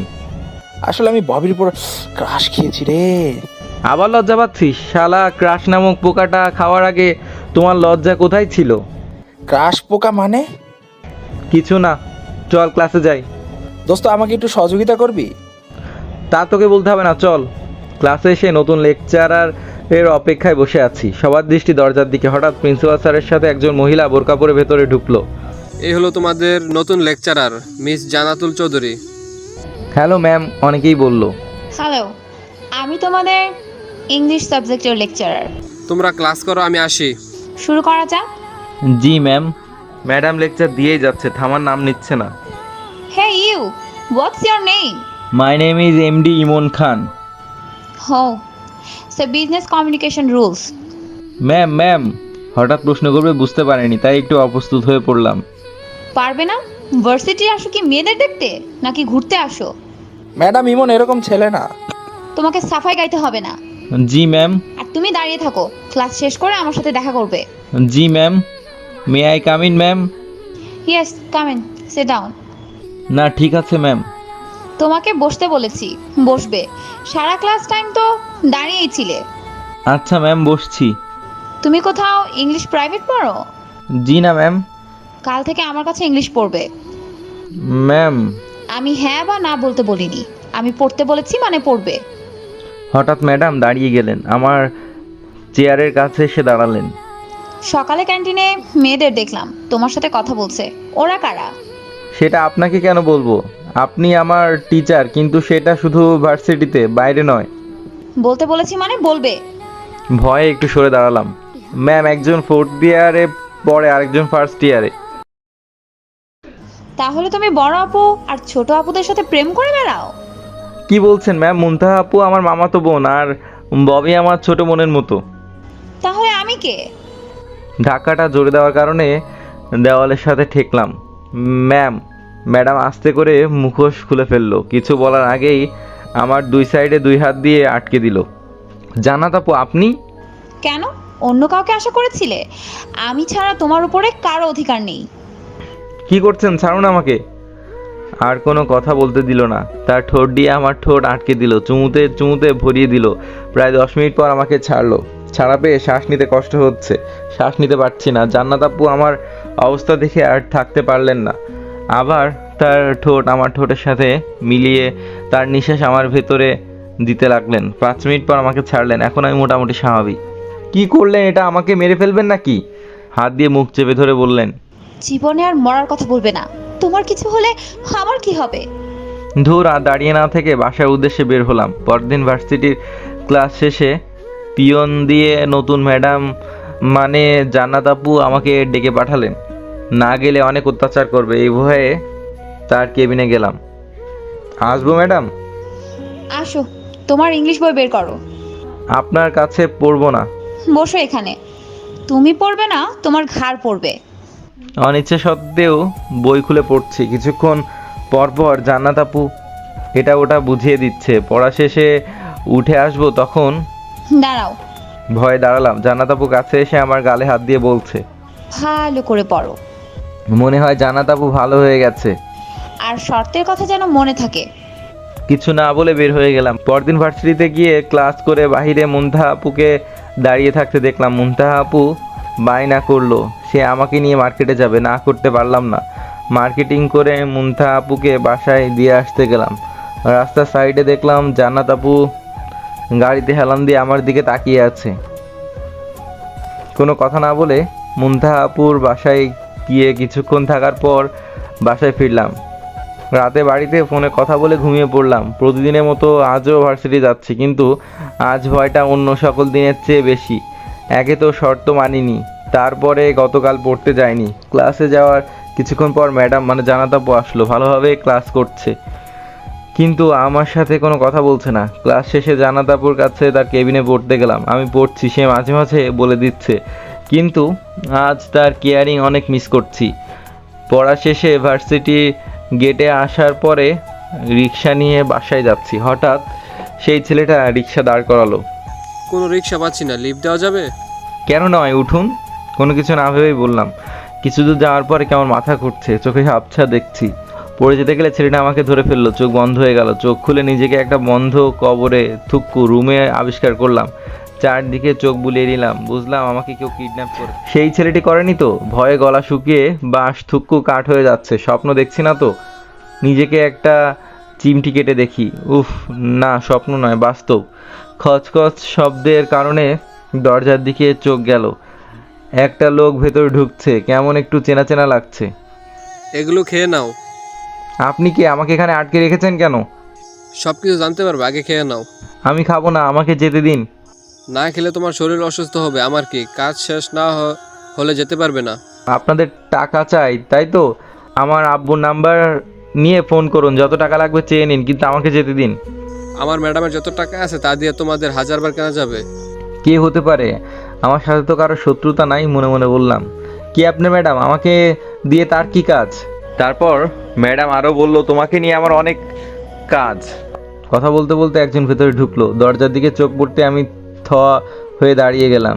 শাকিল ভাই, আপনি বাইরে যান। জান্নাত আপু, আপনি আমাকে কিডন্যাপ করেছেন? এই, একদম আপু বলবে না। আপু বললে খুন করে ফেলবো। আমাকে জান্নাত বলে ডাকবে। আপনি আমাকে কিডন্যাপ করেছেন কেন? আমি তো আপনার কোনো ক্ষতি করিনি। অনেক বড় ক্ষতি করেছো, তা তুমি বুঝবে না। নাও, এগুলো খেয়ে নাও। খাবো না, আমাকে যেতে দিন, বাসায় যাব। হ্যাঁ করো। খাবো না বলছি, খাবো না। আচ্ছা, খেতে হবে না, চুপ করে বসো। শাকিল ভাই, সবাইকে নিয়ে ভেতরে আসুন। লম্বা লম্বা চারটা থাম্বা থুক্কু লোক, বডিগার্ড টাইপ পোশাক পরিহিত, সাথে শাকিল নামে লোকটি, আরও 5 জন, 3 জন মেয়ে, 2 জন ছেলে, জানাতাপুর ফ্রেন্ডস। পেছনে একটা হুজুর টাইপ লোক ভেতরে আসলো। আমাকে হালাল করতে আসেনি তো? মনে মনে 2টা খাম্বা থুক্কু বডিগার্ড আমার 2 পাশে বসলো। জান্নাত তখন হুজুরকে বলল, হুজুর শুরু করেন। সকল লেখার কাজ শেষ, এখন শুধু কবুল বললেই বিয়ের কাজ সম্পূর্ণ হবে। আমি চুপি চুপি বলছি, তোমার আর আমার বিয়ে হবে এখন। বিয়ে করবো না, তাছাড়া আপনার মতো বুড়ি থুক্কু আপুকে তো করবোই না। তুমি বিয়ে করবে না, তোমার বাপ থুকু খার বিয়ে করবে। ছি ছি, আপনি এত খারাপ, শেষে আমার আব্বুকে ছি। খারাপের দেখেছো কি? এখন বিয়ে না করলে দেখাবো। করবো না আমি আপনাকে বিয়ে। হুজুর, আপনি শুরু করুন। বিসমিল্লাহ রহমানের রহিম, আলহামদুলিল্লাহ ওয়ানাস্তাইনুহু। বলুন বাবা, কবুল। কবুল বল। বলবো না কবুল। কবুল বলো, নয়তো আমি তোমাকে খুন করে ফেলবো। করুন খুন, আমাকে খুন করলে আপনাকে জেলে যেতে হবে। কবুল বলো, নয়তো আমি তোমাকে খুন করে জেলে যেতে রাজি আছি। ছুরি বুকের সাথে ঠেকিয়ে বলল কথাটা। উফ, আহ! ছুরি ধারালো হওয়ার কারণে ছুরির মাথায় লেগে বুক হালকা কেটে গেল। এখনো কবুল বলো, নয়তো। কি করবেন? খুন করুন, খুন। রক্ত বের হয়েছে, আর একটু জোরে আঘাত করুন, তাহলেই খুন হয়ে যাবে। না, তোমাকে খুন করব না, নিজেকে শেষ করে দিব। ছুরি দিয়ে হাতে একটা টান দিল। ম্যাডাম কি করছে? জান্নাত। রক্তে হাত একাকার, গলগল করে রক্ত বের হচ্ছে। কোনো উপায় না পেয়ে জান্নাতাপুর হাত চেপে ধরলাম যাতে রক্ত বের না হয়, কিন্তু রক্ত বন্ধ হওয়ার কোনো নাম নিচ্ছে না। ছাড়ো আমাকে, হাত নিজেকে শেষ করে দেব। সবাই থামানোর চেষ্টা করছে, কেউ কাছে আসবে না। ভয়ে কেউ কাছে যাচ্ছে না। বলবে কবুল, নাকি আবার কাটবো? আমি নিশ্চুপ হয়ে জান্নাতাপুর দিকে তাকিয়ে রইলাম। জান্নাতাপু, কেন পাগলামি করছেন? আমি তোমার জন্য পাগল, তাই পাগলামি করছি। কবুল বলবে? আবার হাতে ছুরি চালিয়ে দিল। রক্তে ফ্লোর লাল হয়ে যাচ্ছে। আমার জন্য কেউ নিজেকে শেষ করে দিচ্ছে। জান্নাতাপুর কিছু হয়ে গেলে নিজেকে কখনো ক্ষমা করতে পারবো না, মনে মনে বললাম। কবুল বলবে? শেষবারের মতো বলছি, বলবে কবুল? বলছি, কবুল বলছি। তাড়াতাড়ি বলো, নয়তো চালিয়ে দিলাম। বলুন বাবা, কবুল। তাড়াতাড়ি কবুল বলো। বলছি, আবুল থুক্কু কবুল। আরো 2 বার কবুল বলুন। বলছি, কবুল কবুল কবুল। এবার আপনি কবুল বলুন মা। কবুল কবুল কবুল কবুল। হাত থেকে ছুরি ফেলে দিয়ে দৌড়ে এসে আমাকে জড়িয়ে ধরলো। রক্তে আমাকে মাখামাখি করে দিয়েছে। বুকে হালকা ভেজা দেখে শার্টের উপরে 2টা বোতাম খুলে ফেললো। দেখলো রক্ত জমে আছে, শক্ত করে জড়িয়ে ধরে বলল, অনেক ব্যথা পেয়েছো তাই না? তারপর জান্নাত কাটা স্থানে চুমু দিচ্ছে আর বলছে, নিজের হাতে কাটার পরিমাণ বেশি সেদিকে খেয়াল নাই। শাকিল ভাই, ফার্স্ট এইড বক্সটা নিয়ে আসুন। শাকিল ভাই সহ সকলে বের হয়ে যাচ্ছে। দেখি, এখানে বসো। বুকে কাটা অংশে ড্রেসিং শুরু করলো। আপনার বেশি কেটেছে, আগে আপনারটার রক্ত বন্ধ করুন। না, আগে তোমারটা। আমার বুকের কাটা অংশটা ড্রেসিং করে ব্যান্ডেজ করে দিল। এখন জান্নাত আপু তার ডান হাত দিয়ে বাম হাত ড্রেসিং করছে। ড্রেসিং করার পর ব্যান্ডেজ করার চেষ্টা করছে কিন্তু পারছে না, কোনো উপায় না পেয়ে। আপু আমার কাছে দিন, আমি ব্যান্ডেজ করে দিচ্ছি। কে তোমার আপু? ফার্স্ট এইড বক্স এগিয়ে দিয়ে বলল। কেন আপনি? রাগে সাপের মতো ফোঁস করছে, কিছু বলছে না। নিন, ব্যান্ডেজ করা শেষ। আর কিছু বলতে দিল না, ধাক্কা দিয়ে খাটের উপর ফেলে দিয়ে অনবরত কপালে, গালে, বুকে, নাকে, কানে চুমু দিয়ে যাচ্ছে। শেষে ঠোঁটে চুমু দিয়ে কামড় দিল। এবার বলো, আর আপু বলবে? আপনি তো আমার থেকে কয়েক বছরের বড়, আপনাকে আপু বলবো না তো কি বলবো? কেন বউ বলবে? কারণ আমি তোমার বিয়ে করা বউ। আপনি আমার জোর করে বিয়ে করেছেন, আমি এই বিয়ে মানি না। আমার ভালোবাসা দিয়ে আস্তে আস্তে সব মানিয়ে নিব। তাছাড়া আমি কোনো কাজ করি না, আপনাকে আমি কি খাওয়াবো? আমার আব্বু আম্মু শুনলে কত কষ্ট পাবে জানেন? আমি আছি তো, সব সমস্যা আমি সমাধান করব, আর তোমাকে কোনো কাজ করতে হবে না। জান্নাত আপু, তারপরও আমি এই বিয়ে মানতে পারবো না। আবার আপু বলছো? জান্নাত বলো। আচ্ছা বলছি জান্নাত, কিন্তু আমি এই বিয়ে মানতে পারবো না। তুমি কি চাও আমি নিজেকে শেষ করে দেই? না না, আমি এই বিয়ে মানবো। ছুরি ফেলে দিয়ে জড়িয়ে ধরলো। আর কোনোদিন যদি এসব কথা বলো তাহলে আমার লাশ পাবে। এত ভালোবাসেন আমাকে? আমার জীবনের চেয়ে বেশি। হুম। তুমি তো কিছুই খাওনি, চলো খাবে। না, আর কিছু খাবো না। হা করো। জোর করে খাইয়ে দিল। চলো আমাদের বাসায় যাব। কেন, আপনার বাসায় কেন? বাসার কেউ জানে না আমি তোমাকে বিয়ে করেছি, জানাতে হবে তো। তাছাড়া আব্বুর দোয়া নিতে হবে না? আমি যেতে পারবো না, আপনি যান। যাবে কিনা বলো, নয়তো নিজেকে। আচ্ছা যাব। সবসময় হুমকি, সামনে কি হবে কে জানে। ভয়ে ভয়ে জান্নাতের বাড়ির ভেতরে ঢুকছি। জান্নাত আমার হাত ধরে টেনে যাচ্ছে। এ তো বাড়ি নয়, রাজপ্রাসাদ। জান্নাতের বাবা পাশ থেকে বলল। দাঁড়াও, এই ছেলেটি কে? বাবা, ও ইমন, তোমাদের জামাই। কি, তুমি আমাদেরকে না জানিয়ে বিয়ে করেছো? আসলে বাবা, এই মুহূর্তে এই ছেলেকে বাসা থেকে বের করে দাও। এই, কে কোথায় আছিস?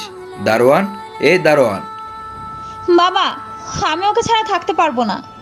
এই ছেলে, বের হও আমার বাড়ি থেকে। জান্নাতের হাত ছাড়িয়ে বের হয়ে যাওয়ার জন্য চেষ্টা করছি, কিন্তু জান্নাত আমার হাত ছাড়ছেই না। বাবা, ইমনকে যদি বের করে দাও তাহলে আমি ওই বাড়ি ছেড়ে চলে যাব। তুই আমার মেয়ে হয়ে এই কথা বলতে পারলি? আমি ওকে ছাড়া থাকতে পারবো না বাবা, আমি ওকে ছাড়া বাঁচবো না। আমি ইমনকে ভালোবাসি। তুমি যদি এই ছেলেকে না ছাড়তে পারো তাহলে তোমাকে আমি ত্যায্যপুত্র করব। তুমি আমার প্রপার্টির কিছুই পাবে না। বাবা, তুমি এই কথা বলতে পারলে? আমি না তোমার আদরের প্রিন্সেস? এই তোমার ভালোবাসা বাবা? বের হয়ে যাও আমার বাড়ি থেকে। বাবা, বেরিয়ে যাও আমার বাড়ি থেকে, যেন তোমাকে আমার বাড়ির আশেপাশে আর না দেখি। জান্নাত আপু, আপনি থাকুন, আমি চলে যাই। আমার জন্য আপনাদের ভেতরে সমস্যা কেন করবেন? চুপ, একদম চুপ, আর একটা কথাও বলবে না। দারোয়ান, গার্ডদের ডাকো। জি স্যার। গার্ডরা আসলো। এদের ঘাড় ধাক্কা দিয়ে বের করো। স্যার। তোমরা পারবে না তাহলে? জান্নাতের মা এতক্ষণ ধরে চুপ করে আছে, কিছু বলছে না। স্বামীকে অনেক ভয় পায়। জান্নাতের বাবা আমার শার্টের কলার এবং জান্নাতের হাত ধরে টানতে টানতে বের করে দিয়ে দরজা আটকে দিল। বাবা, তুমি এটা কিভাবে পারলে বাবা? উঠুন, আপনি এখানে থাকলেই পারতেন। তুমি আবার কথা বলছো? আমি আর আপনার সাথে খেলবো না, আমার সব খেলনা ফিরিয়ে দেন। তা কেন খেলবে না? আপনি আমাকে সবসময় ধমক দেন তাই। ওলে আমার পিচ্চি জামাইটা রাগ করেছে। এখন আপনি কোথায় যাবেন, কোথায় থাকবেন? কোথাও যাব না। তাহলে কি এখানে, মানে রাস্তায় থাকবেন? কেন, তুমি যেখানে থাকবে আমিও সেখানে থাকবো। না, আপনাকে আমার সাথে নেব না। তুমি আমাকে তোমার সঙ্গে নিতে বাধ্য, কারণ আমি তোমার বিয়ে করা বউ। আমি এই বিয়ে মানতে পারবো না। জান্নাত আপি দৌড়ে রাস্তার মাঝে চলে গেল। কি করছেন? আমি তোমাকে ছাড়া বাঁচতে চাই না। কিছুক্ষণ ভেবে, ঠিক আছে আপনি আমার সাথে থাকবেন, কিন্তু আমি যেখানে থাকি সেখানে আপনাকে নিয়ে থাকা যাবে না। কেন? তুমি থাকতে পারলে আমি কেন পারবো না? কারণ যারা থাকে সকলে ব্যাচেলার। আচ্ছা, আগে তোমার বাসায় চলো, তারপর নতুন বাসা খুঁজতে বের হব। আসুন আমার সাথে। একটা সিএনজি নিয়ে বাসার সামনে আসলাম, এতক্ষণে সন্ধ্যা হয়েছে। বাসার ভেতরে ঢুকে বাড়িওয়ালার ফ্ল্যাটে গেলাম, পরিচয় করিয়ে দেবার পর বাসা ছাড়ার কথা বললাম। তোমরা বিবাহিত, রাত তো হয়ে গেল, আজ আর বাসা কোথায় পাবে? তাই বলছিলাম আজ এখানেই থাকো, কাল বাসা খুঁজে অন্য বাসায় উঠবে। আপনাকে অনেক ধন্যবাদ, আমি ঠিক একই কথা বলতে চাইছিলাম। ধন্যবাদ দেওয়ার কি আছে? তাছাড়া বুঝতেই তো পারছো, এখানে 1 তলা থেকে 5 তলা পর্যন্ত অফিস হিসেবে ভাড়া দেওয়া হয়, 6 তলাতে আমরা থাকি, বাকি 7 থেকে 10 তলা ব্যাচেলর এবং স্টুডেন্টদের ভাড়া দেওয়া। আমি সব কিছুই জানি। তোমাকে নিয়ে তো আমার কোনো টেনশন ছিল না, কিন্তু তুমি তো একা থাকতে, কিন্তু এখন তো তুমি একা নাও। তারপরে বলবো যেখানেই থাকো ভালো থাকো। আচ্ছা, আপনারাও ভালো থাকবেন। কোথায় যাচ্ছ নতুন বৌমাকে নিয়ে? রাতের খাবার খেয়ে তারপরে উপরে যাবে। জোর করে এই রাতের খাবার খাওয়ালো, তারপরে আমার রুমে 8 তলায় যাচ্ছি, লিফটে উঠলাম। লিফটে কয়েকজন সিনিয়র ভাই ছিল, তারা আমাদের দিকে, জান্নাত আপুর দিকে তাকিয়ে আছে। শালা, তোর বোনের দিকে তাকিয়ে আছো? মনে মনে বদমাইশ কোম্পানির বদমাইশগুলারে লিফটের জানলা দিয়ে ফেলে দেই। থুকু, লিফটের তো জানলা থাকে না, মনে মনে বললাম। লিফট 8 তলায় থামার পর তোমাদের ভাবি পাশ থেকে জুনিয়র একজন বলল, ভাই আপনি বিয়ে করেছেন, আমাদের একটুও জানালেন না? আমি নিজেই জানি না, আর তোমাদের তালা খুলে জান্নাত আপুকে নিয়ে ভেতরে গেলাম। যান, ফ্রেশ হয়ে আসুন, ওই রুমে যান, ওখানে ওয়াশরুম আছে। তুমি ফ্রেশ হবে না? আমি অন্য ওয়াশরুম ব্যবহার করছি। ফ্রেশ হয়ে আসার পর, আমি এখন কি পরবো? কেন, আপনার পরনে যা আছে সেগুলাই পরে থাকুন, আপনি তো কিছুই আনেননি। আমার পরনের জামা কাপড় ভিজে গেছে, আমি এখন কি পরবো? একটা বুদ্ধি আছে, কি বুদ্ধি? তাড়াতাড়ি বলো। আপনি আমার শার্ট প্যান্ট পরতে পারেন। কি? আমি তোমার শার্ট প্যান্ট পরবো? কখনো না। তাহলে আর কি করা, এভাবেই থাকুন। না, এভাবে থাকলে আমার ঠান্ডা লেগে যাবে। কি করব, আমার এখানে তো মেয়েদের কোনো পোশাক নেই, আর এত রাতে বাইরে যাওয়া যাবে না। আচ্ছা, তোমার শার্ট প্যান্ট দাও। একটি শার্ট প্যান্ট দিলাম, নিয়ে অন্য রুমে চলে গেল। ইমন, প্যান্ট পরতে পারছি না। এখন কি করব? কিছু একটা করো। আর একটা বুদ্ধি আছে, লুঙ্গি পরবে। লুঙ্গি? লুঙ্গি? ছি, শেষ পর্যন্ত লুঙ্গি? না পরলে না, এইভাবেই থাকেন। আচ্ছা দাও তোমার লুঙ্গি। আমার ঝুলিতে থুক্কু, মাথায় আর বুদ্ধি নাই। দরজা হালকা একটু ফাঁকা করে লুঙ্গি নিল। লুঙ্গি নেওয়ার সময় হাতে হালকা একটু টাচ লাগায় জান্নাত আপু কেঁপে উঠলো। খেয়াল করলাম জান্নাত আপুর কাঁপুনি আনমনে আমার হৃদয় টাচ করে ফেললো। দরজা হালকা ফাঁকা করে শার্ট এবং লুঙ্গি পরে লুঙ্গি ডান্স দিতে দিতে না হেঁটে হেঁটে সামনে এসে দাঁড়ালো। আমি অবাক হয়ে তাকিয়ে আছি। এই প্রথম জান্নাত আপুকে দেখে আমার হৃদয়ে টান অনুভব করছি। আমার সামনে একজন লুঙ্গি পরে দাঁড়িয়ে আছে। আপনাকে তো লুঙ্গিতে দারুণ লাগছে। লজ্জায় মাথা নিচু করে জান্নাত আপু নিজের এক পা দিয়ে অন্য পায়ে চিমটি কাটছে। আমার চোখ আটকে আছে জান্নাত আপুর পায়ে। তার পায়ের আঙ্গুল, পায়ের নখ, পায়ের গোড়ালি আমাকে আকর্ষণ করছে, যেন সকল সৌন্দর্য পায়ে লুকিয়ে আছে, কিন্তু একটা কিছুতে অসম্পূর্ণ লাগছে। কি দেখছো? আপনার পা দেখছি। জান্নাত আপু লজ্জায় পাকা টমেটো হয়ে যাচ্ছে।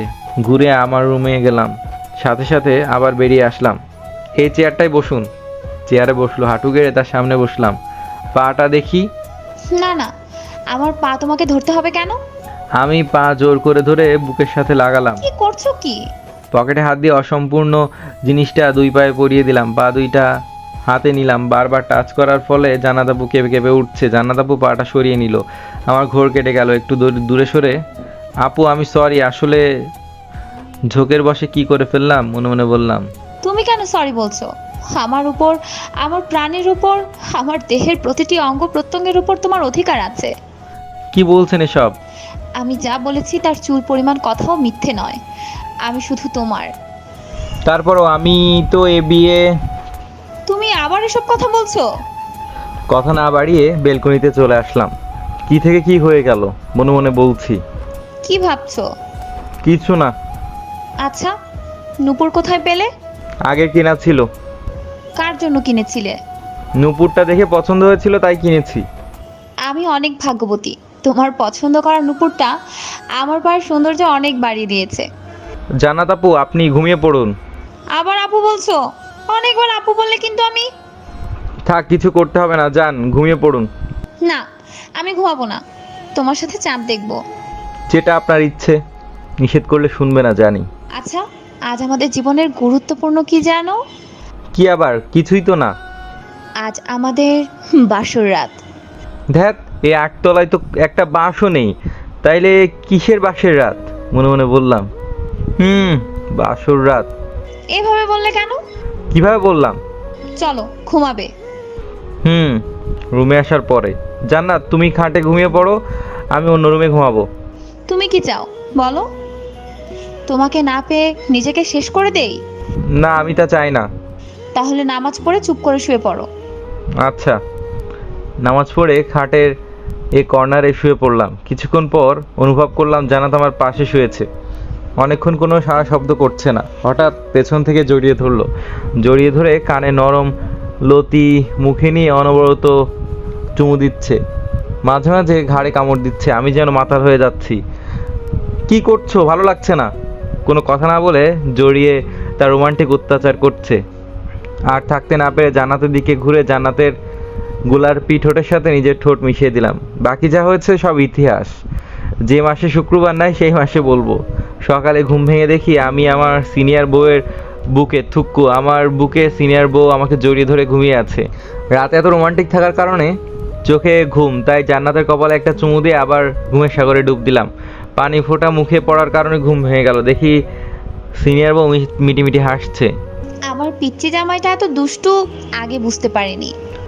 আর কোনো কথা বলতে না দিয়ে হাত ধরে টান দিয়ে নিজের সাথে মিলিয়ে চুমু দিলাম অনেকগুলো। আই লাভ ইউ পিচ্চি জামাই। I love you too senior বোম থুক্কু বউ। কি বললে? আমি বোম? আজ আমি তোমার পেট ফাটিয়ে ফেলবো। কিভাবে ফাটাবে শুনি? চুমু খাইয়ে খাইয়ে পেট ভরে ফেলবো, তারপর এমনিই ফেটে যাবে।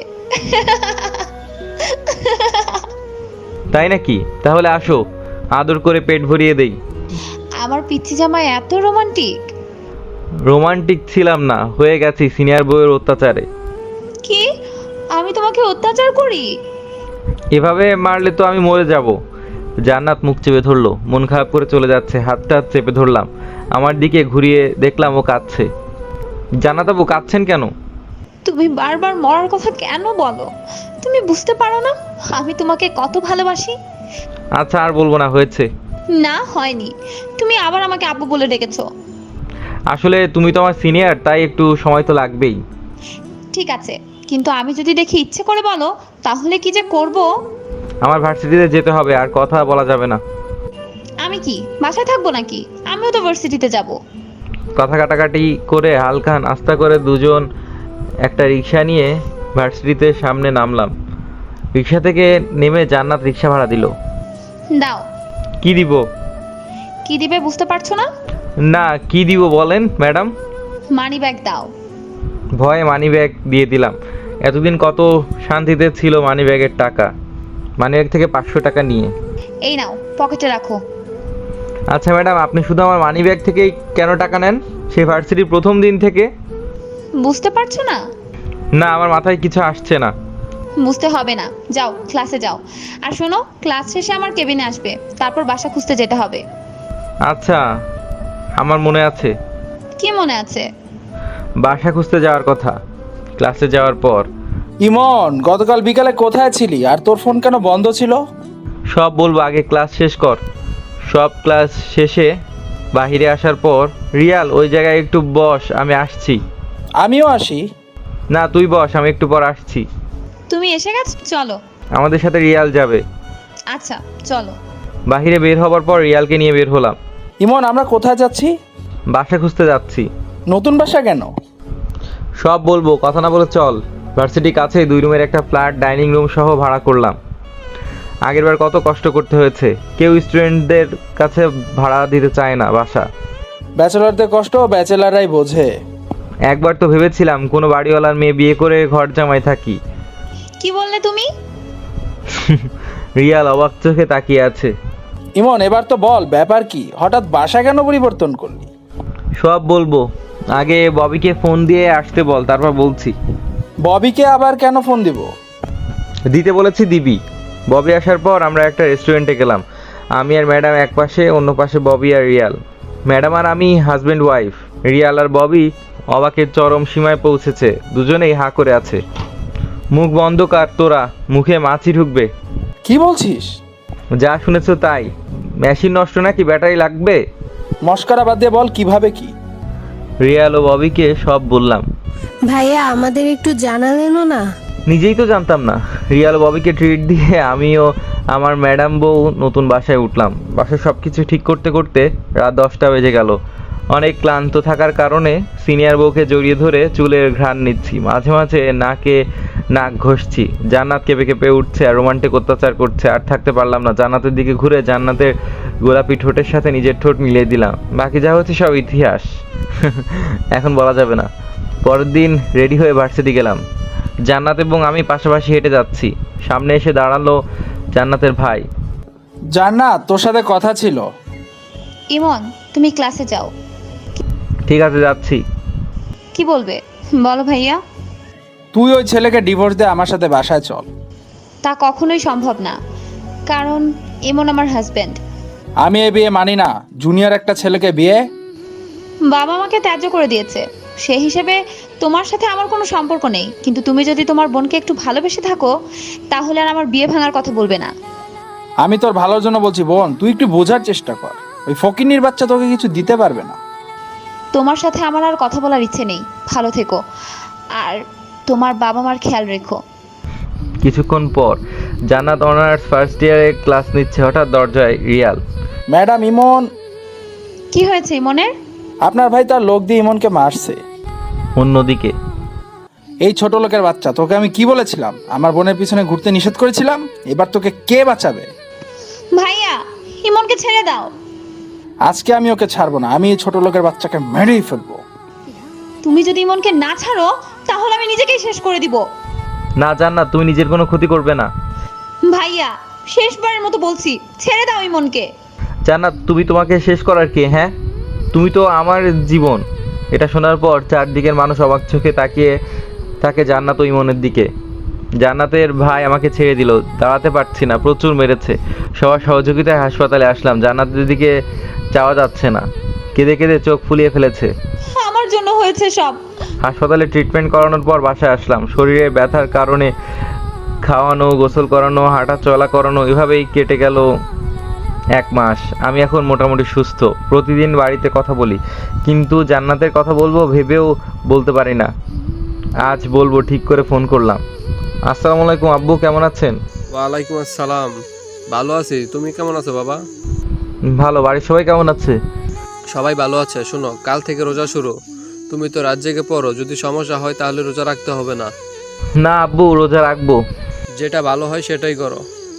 আব্বু, আমি যদি কখনো ভুল করে ফেলি তখন তুমি কি আমাকে ক্ষমা করবে? আমার ছেলে কোনো ভুল করতে পারে না, আর যদি করে দেখবো ভুলটা কেউ কষ্ট দেওয়ার জন্য কিনা। আচ্ছা আব্বু, আম্মুকে দাও।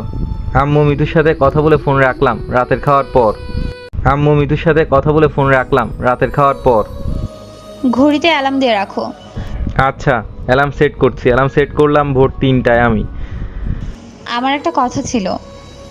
আমার সাথে কথা বলতে এত লজ্জা কেন? আমার সিনিয়র বউ। আমার একটা জিনিস লাগবে। আমার তোমাকে দেওয়ার মতো মানি ব্যাগ আর জীবন আর ভালোবাসা ছাড়া কিছুই নেই। আমার মা বাবা আর বোন লাগবে। সেটা আমি কোথায় পাবো?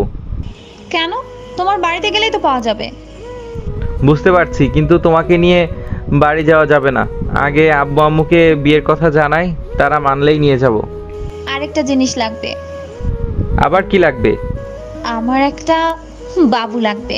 কি? হুম আমার সিনিয়র বউয়ের বাবু লাগবে? হুম এখন না, আগে আমার পড়ালেখা শেষ হবে, তারপর প্ল্যানিং করে আমরা আব্বু আম্মু শোনার জন্য একজন থুক্কু 11 জন প্লেয়ার নিয়ে আসবো। না, আমার প্রথম একজন, পরে আরেকজন, মানে 2 জন হলেই হবে। ঠিক আছে। আমার আদর লাগবে। আচ্ছা আসো, আগামী 1 মাসের আদর একসাথে দিব। অনেক আদর দিয়েছি, আদরে ভরিয়ে ঘুমিয়ে পড়লাম। ভোর রাতে অ্যালার্মের শব্দে সেহরি খেয়ে রোজা রাখলাম। ভার্সিটি যাওয়ার আগে। দাঁড়াও, ভুলে গেছো। আজ আমি রোজা, কিছু খাওয়া যাবে না। তবে কপালে একটা চুমু দিয়ে দিলাম। খুশি মনে ভার্সিটিতে আসলাম। ভার্সিটিতে ক্লাস শেষে আমি, রিয়াল, মুনতাহা আপু মিলে আড্ডা দিচ্ছি। অনেকদিন পর বাড়ি থেকে মুনতাহা ভার্সিটিতে আসছে, তাই। কিছুক্ষণ পর ববি। ইমন ভাইয়া, ভাবি। কি হয়েছে জান্নাতের? মুনতাহা আপু অবাক হয়ে আমার দিকে তাকিয়ে আছে। আমার বিয়ের কথা জানে না, তাই। আমাদের ক্লাসে ভাবি অসুস্থ হয়ে পড়েছে। এক দৌড় দিলাম, সবাইকে ধাক্কা দিয়ে জান্নাতের হাত ধরলাম। তোমার কি হয়েছে? রোজা রাখতে নিষেধ করেছিলাম। কিছু হয়নি, প্রথম রোজা তাই একটু তৃষ্ণা বেশি পেয়েছে, তাই খারাপ লাগছে। চলো রোজা ভাঙবে। না না, রোজা রাখবো। আচ্ছা চলো বাসায় যাব। জান্নাতের হাঁটতে কষ্ট হচ্ছে দেখে কোলে তুলে নিলাম। কলেজের সবাই অবাকের চরম শিখরে পৌঁছেছে। এই ছেলে জান্নাতকে তুমি কেন কোলে নিছো? স্যার জান্নাত তো হাঁটতে পারছে না, তাই কোলে নিয়েছি। বুঝলাম হাঁটতে পারছে না, তাতে তোমার কেন কোলে নিতে হবে? স্যার দেখতেই তো পাচ্ছেন জান্নাত অসুস্থ। তাতে কি হয়েছে? নামাও, মেয়েরা কোলে নিয়ে যাবে জান্নাতকে। নামাবো না, আমি নিজেই নিয়ে যাব। মুখে মুখে তর্ক করছো, আবার ছাত্র হয়ে ম্যাডামকে কোলে নিছো। নিচে নামাও বলছি। স্যার আপনার এই কথাটা আমি রাখতে পারবো না। কারণ কি? কারণ জান্নাত আমার বিয়ে করা বউ। স্যারের সাথে উল্টাপাল্টা কথা বল, লজ্জা করে না? বেয়াদব জানি কোথাকার। স্যার আমরা আসলেই হাজব্যান্ড ওয়াইফ। এই ছেলে তুমি কানাকে হাইকোর্ট দেখাচ্ছিস নাকি? জান্নাত আমার বন্ধুর মেয়ে, ওর বিয়ে হয়েছে আমি জানবো না? স্যার বিশ্বাস করুন আমাদের বিয়ে হয়েছে। জান্নাতের বিয়ে হওয়ার কথা ছিল আমার ছেলের সাথে, আর ও কি না বিয়ে করবে তোমার মতো 2.5 বছরের জুনিয়র ছেলের সাথে? স্যার জান্নাত আপুর সাথে ইমনের বিয়ে হয়েছে, রিয়াল বাস থেকে বললো। জান্নাত তুমি বলো সত্যি কথাটা কি? স্যার ইমন যা বলেছে সব ঠিক। 2 দিন পূর্বে আমার আর ইমনের বিয়ে হয়েছে। তোমার বাবা জানে এসব? হ্যাঁ, সব কিছুই জানে। ঠিক আছে তোমরা যাও, আমি তোমার বাবার সাথে কথা বলে নেব। জান্নাতকে কোলে করে ভার্সিটি থেকে বের হয়ে যাচ্ছি। ক্যাম্পাসে সিনিয়র জুনিয়র ছেলেদের মুখ বাংলার 5 হয়ে গেছে, কেননা সবার ক্রাশ এখন আমার কোলে। আমার এক পা এখন চাঁদে, আরেক পা মঙ্গল গ্রহে আনন্দে। কোলে করে সিনিয়র বউকে ভার্সিটি গেট দিয়ে বের হচ্ছি, কিন্তু লজ্জাবতী বউ আমার বুকে মুখ লুকিয়ে আছে। রিক্সা করে বাসায় আসলাম। বাসায় আসার পরে জান্নাতকে খাটে রাখলাম। এখন ম্যাডামের শরীরের কি অবস্থা, কেমন লাগছে? তুমি আমাকে ম্যাডাম কেন বলছো? আমরা তো ভার্সিটিতে না। আচ্ছা এখন কেমন লাগছে? আমার পিচ্চি বর আমার পাশে থাকলে আমার সব কিছুই ভালো হয়ে যায়। নামাজ পড়ে নাও, তারপরে একটু ঘুমানোর চেষ্টা করো। তুমিও নামাজ পড়ে নাও। দুজনে নামাজ পড়ে আদর্শোয়া হয়ে খাটে হেলান দিলাম। তারপর সিনিয়র বউকে জড়িয়ে ধরে ঘুমিয়ে পড়লাম। ঘুম থেকে উঠে দেখি আদরি বউ আমার গুটিসুটি মেরে আমার কোলের মধ্যে মাথা রেখে আমাকে জড়িয়ে ধরে ঘুমিয়ে আছে। কি অত্যাচারটাই না করলো আমাকে পাওয়ার জন্য। কারেন্টের একটা বোম ছিল, সারাক্ষণ ঝটকা দিত, এখন ফিউজ হয়ে গেছে। কপালে একটা ভালোবাসার পরশ দিলাম। অন্যদিন হলে কপালে নয়, গোলাপি ফুলের পাপড়ির উপর দিতাম, কিন্তু এখন তো রোজা, তাই আর কি। এই তুমি আমাকে চুমু খেলে কেন? তুমি না রোজায় আছো? চুমু খাইনি, দিয়েছি। দেবে কেন? রোজা ভেঙে যাবে তো। চুমু খেলে রোজা ভাঙে, দিলে রোজা ভাঙে না। তুমি কোন জায়গার মওলানা? হ্যাঁ, এত হাদিস কোথায় পাও? হাদিস বলার আগে সঠিক কিনা সেটা জানার চেষ্টা করো। এত বড় কথা, আমাকে অপমান আজকে হুজুরের কাছে জানতে হবে। রোজা রেখে চুমু খাওয়া বা দেওয়া যাবে কিনা। আমি আর থাকতে পারছি না, একটা মাস কিভাবে থাকবো? পিচ্চি লুচু একটা। ঠিক আছে, আমার একদিন সময় আসবে, তখন দেখব কে খারাপ আর কে ভদ্র। সেটা পরে দেখবে। এখন ওযু করে নামাজ পড়ে বাইরে যাও। বাইরে কেন যাব? কারণ রেস্টুরেন্ট থেকে ইফতার নিয়ে আসবে। আজ বাসায় তৈরি করতে পারবো না। মনে হয় প্রথম রোজা, এই জন্য শরীর বেশি খারাপ লাগছে। বেশি খারাপ লাগছে? তোমার কিছু করতে হবে না, আমি এখন যাচ্ছি। রেস্টুরেন্ট থেকে কিছু ইফতার বাসায় নিয়ে আসলাম, সব কিছু রেডি আমিই করলাম। জান্নাতকে কিছু করতে দিলাম না। রাতে অন্য দিনের মতো দুজনকে জড়িয়ে ধরে ঘুমিয়ে পড়লাম। অ্যালার্মের শব্দে ঘুম ভাঙার পর বাড়ি ফোন করে সবাইকে ঘুম থেকে জাগিয়ে দিলাম। তারপর সেহরি খেয়ে রোজা রাখলাম। প্রতিদিনের মতো আজও রিক্সা করে পাশাপাশি বসে ভার্সিটি যাচ্ছি, কিন্তু আজ কোনো ভয় নেই। রিক্সা নিয়ে ক্যাম্পাসের ভেতরে ঢুকে গেলাম। সবার চোখ আটকে আছে আমাদের দিকে, মানে সিনিয়র বউ পিচ্চি বরের দিকে। সবার চোখকে ফাঁকি দিয়ে জান্নাত অফিস রুমে এবং আমি ক্লাসে চলে গেলাম। ক্লাসে ঢোকার পর সবার নজর আমাদের দিকে। মনে হয় একদিনে সেলিব্রিটি হয়ে গেছি। যেভাবে সবাই ড্যাব ড্যাব করে দেখছে, মনে হয় খেয়ে ফেলবে। ক্লাস কম থাকার কারণে আমিও রিয়াল ক্যাম্পাসে বসে আছি জান্নাতের অপেক্ষায়। কখন ক্লাস শেষ হবে ম্যাডামের? কিছুক্ষণ পর জান্নাত আসলো। ইমন, তুমি বাসায় চলে যাও, আমি পরে যাব, একটু কাজ আছে। তুমি কাজ শেষ করো, আমি অপেক্ষা করছি। তোমাকে যেতে বলেছি, বাসায় যাও। আমি আমার কাজ শেষ করে চলে আসব। ঠিক আছে, আমি বাসায় যাচ্ছি, তুমি সাবধানে আসবে। যাও, আমি আসতে পারবো। জান্নাত চলে গেল। দোস্ত তোদের ভিতরে কিছু হয়েছে কি? না, কিছু হয়নি। আমার মনে হয় কিছু একটা হয়েছে, যা আমাকে জানাতে চাস না? তেমন কিছুই হয়নি আসলে। না, কিছু না। জান্নাত আপুর কথা কেমন রাগ দেখতে পেলাম। হয়তো কাজের চাপের কারণে মাথা গরম আছে, তাই। যদি ভুল বোঝাবুঝির কিছু থাকে তাহলে মিটিয়ে নে। তেমন কিছু না, চল বাসায় যাব। বাসায় আসলাম, 3 ঘন্টা হয়ে গেল, কিন্তু জান্নাত এখনও বাসায় ফিরছে না। এজন্য চিন্তা হচ্ছে। মনে একটাই ভাবনা, গতকাল রাতের জন্য রাগ করেনি তো? অনেকক্ষণ ধরে বেলকুনিতে দাঁড়িয়ে রাস্তার দিকে তাকিয়ে আছি। হঠাৎ একটি গাড়ি এসে বাসার সামনে দাঁড়ালো। দেখলাম জান্নাত গাড়ি থেকে নামছে। গাড়ি থেকে নেমে হাত নেড়ে বিদায় জানালো, কিন্তু কাকে বিদায় জানালো দেখতে পারলাম না। জান্নাত রুমে আসলো। এত লেট করলে কেন? কাজ ছিল, তাই লেট হয়েছে। কি এমন কাজ যা আমাকে বলা যায় না? গাড়ি করে কে দিয়ে গেল? যাও ফ্রেশ হয়ে আসো, ইফতারের সময় হয়ে গেছে। তুমি ইফতার করো, আমি রোজা ভেঙে ফেলেছি। তোমার শরীর খারাপ, তুমি ঠিক আছো তো?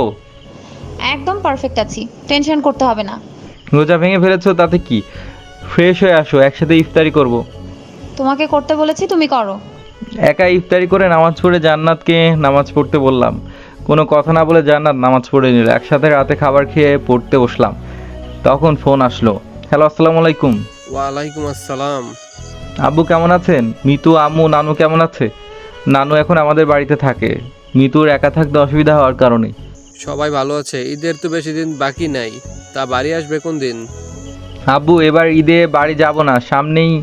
আমি কিছু শুনতে চাই না, ভার্সিটি বন্ধ হলে বাড়ি চলে আসবে। আব্বু বোঝার চেষ্টা করেন। আমি না হয় বুঝলাম, মৃত্যুকে কে বুঝাবে? দেখি কি করা যায়। ঠিক আছে, এখন রাখি, পড়ো। আমি বাড়ি গেলে জান্নাত কোথায় থাকবে? একা রাখা যাবে না, মনে মনে বললাম। ঘুমাতে গিয়ে দেখলাম জান্নাত আগেই ঘুমিয়ে আছে। যার আমাকে জড়িয়ে না ধরলে ঘুম আসে না, সে কিনা। আমি খাটে শুয়ে পড়লাম। কিছুক্ষণ পর দেখি জান্নাত নড়াচড়া করছে, হয়তো ঘুম আসছে না, তাই আমি কাছে টেনে নিয়ে জড়িয়ে ধরে ঘুমিয়ে পড়লাম। ভোর রাতে অ্যালার্মের শব্দে দুজন উঠে সেরি খেয়ে রোজা রাখলাম। প্রতিদিনের মতো ভার্সিটি যাচ্ছি, কিন্তু আজ আমার মনে হারানোর ভয়। পাশাপাশি রিকশায় বসে কোনো কথা ছাড়াই ভার্সিটি পৌঁছে গেলাম। ক্লাস করে বের হয়ে জান্নাতের জন্য অপেক্ষা করছি, একসাথে বাসায় যাওয়ার জন্য। ইমন, তোর মন খারাপ কেন? কোথায় মন খারাপ? তখন মুনতাহা বলল, থাক বলতে হবে না ম্যাডাম, ভাবির ক্লাস শেষ হতে হতে আমরা বাইরে থেকে ঘুরে আসি। ম্যাডাম ভাবি। দেখে আসি জান্নাতের ক্লাস কখন শেষ হবে। যাও রোমিও, সিনিয়র জুলিয়েট কখন বের হয় দেখো। জান্নাতের কেবিনের সামনে আসলাম, কিন্তু কেবিনে তালা দেওয়া, তাই অফিস রুমে গেলাম। সেখানে গিয়ে জানতে পারলাম অনেক আগেই জান্নাত ক্লাস শেষ হয়ে গেছে। মন খারাপ করে মুনতাহা আপুদের কাছে আসলাম। রোমিও, মন খারাপ কেন?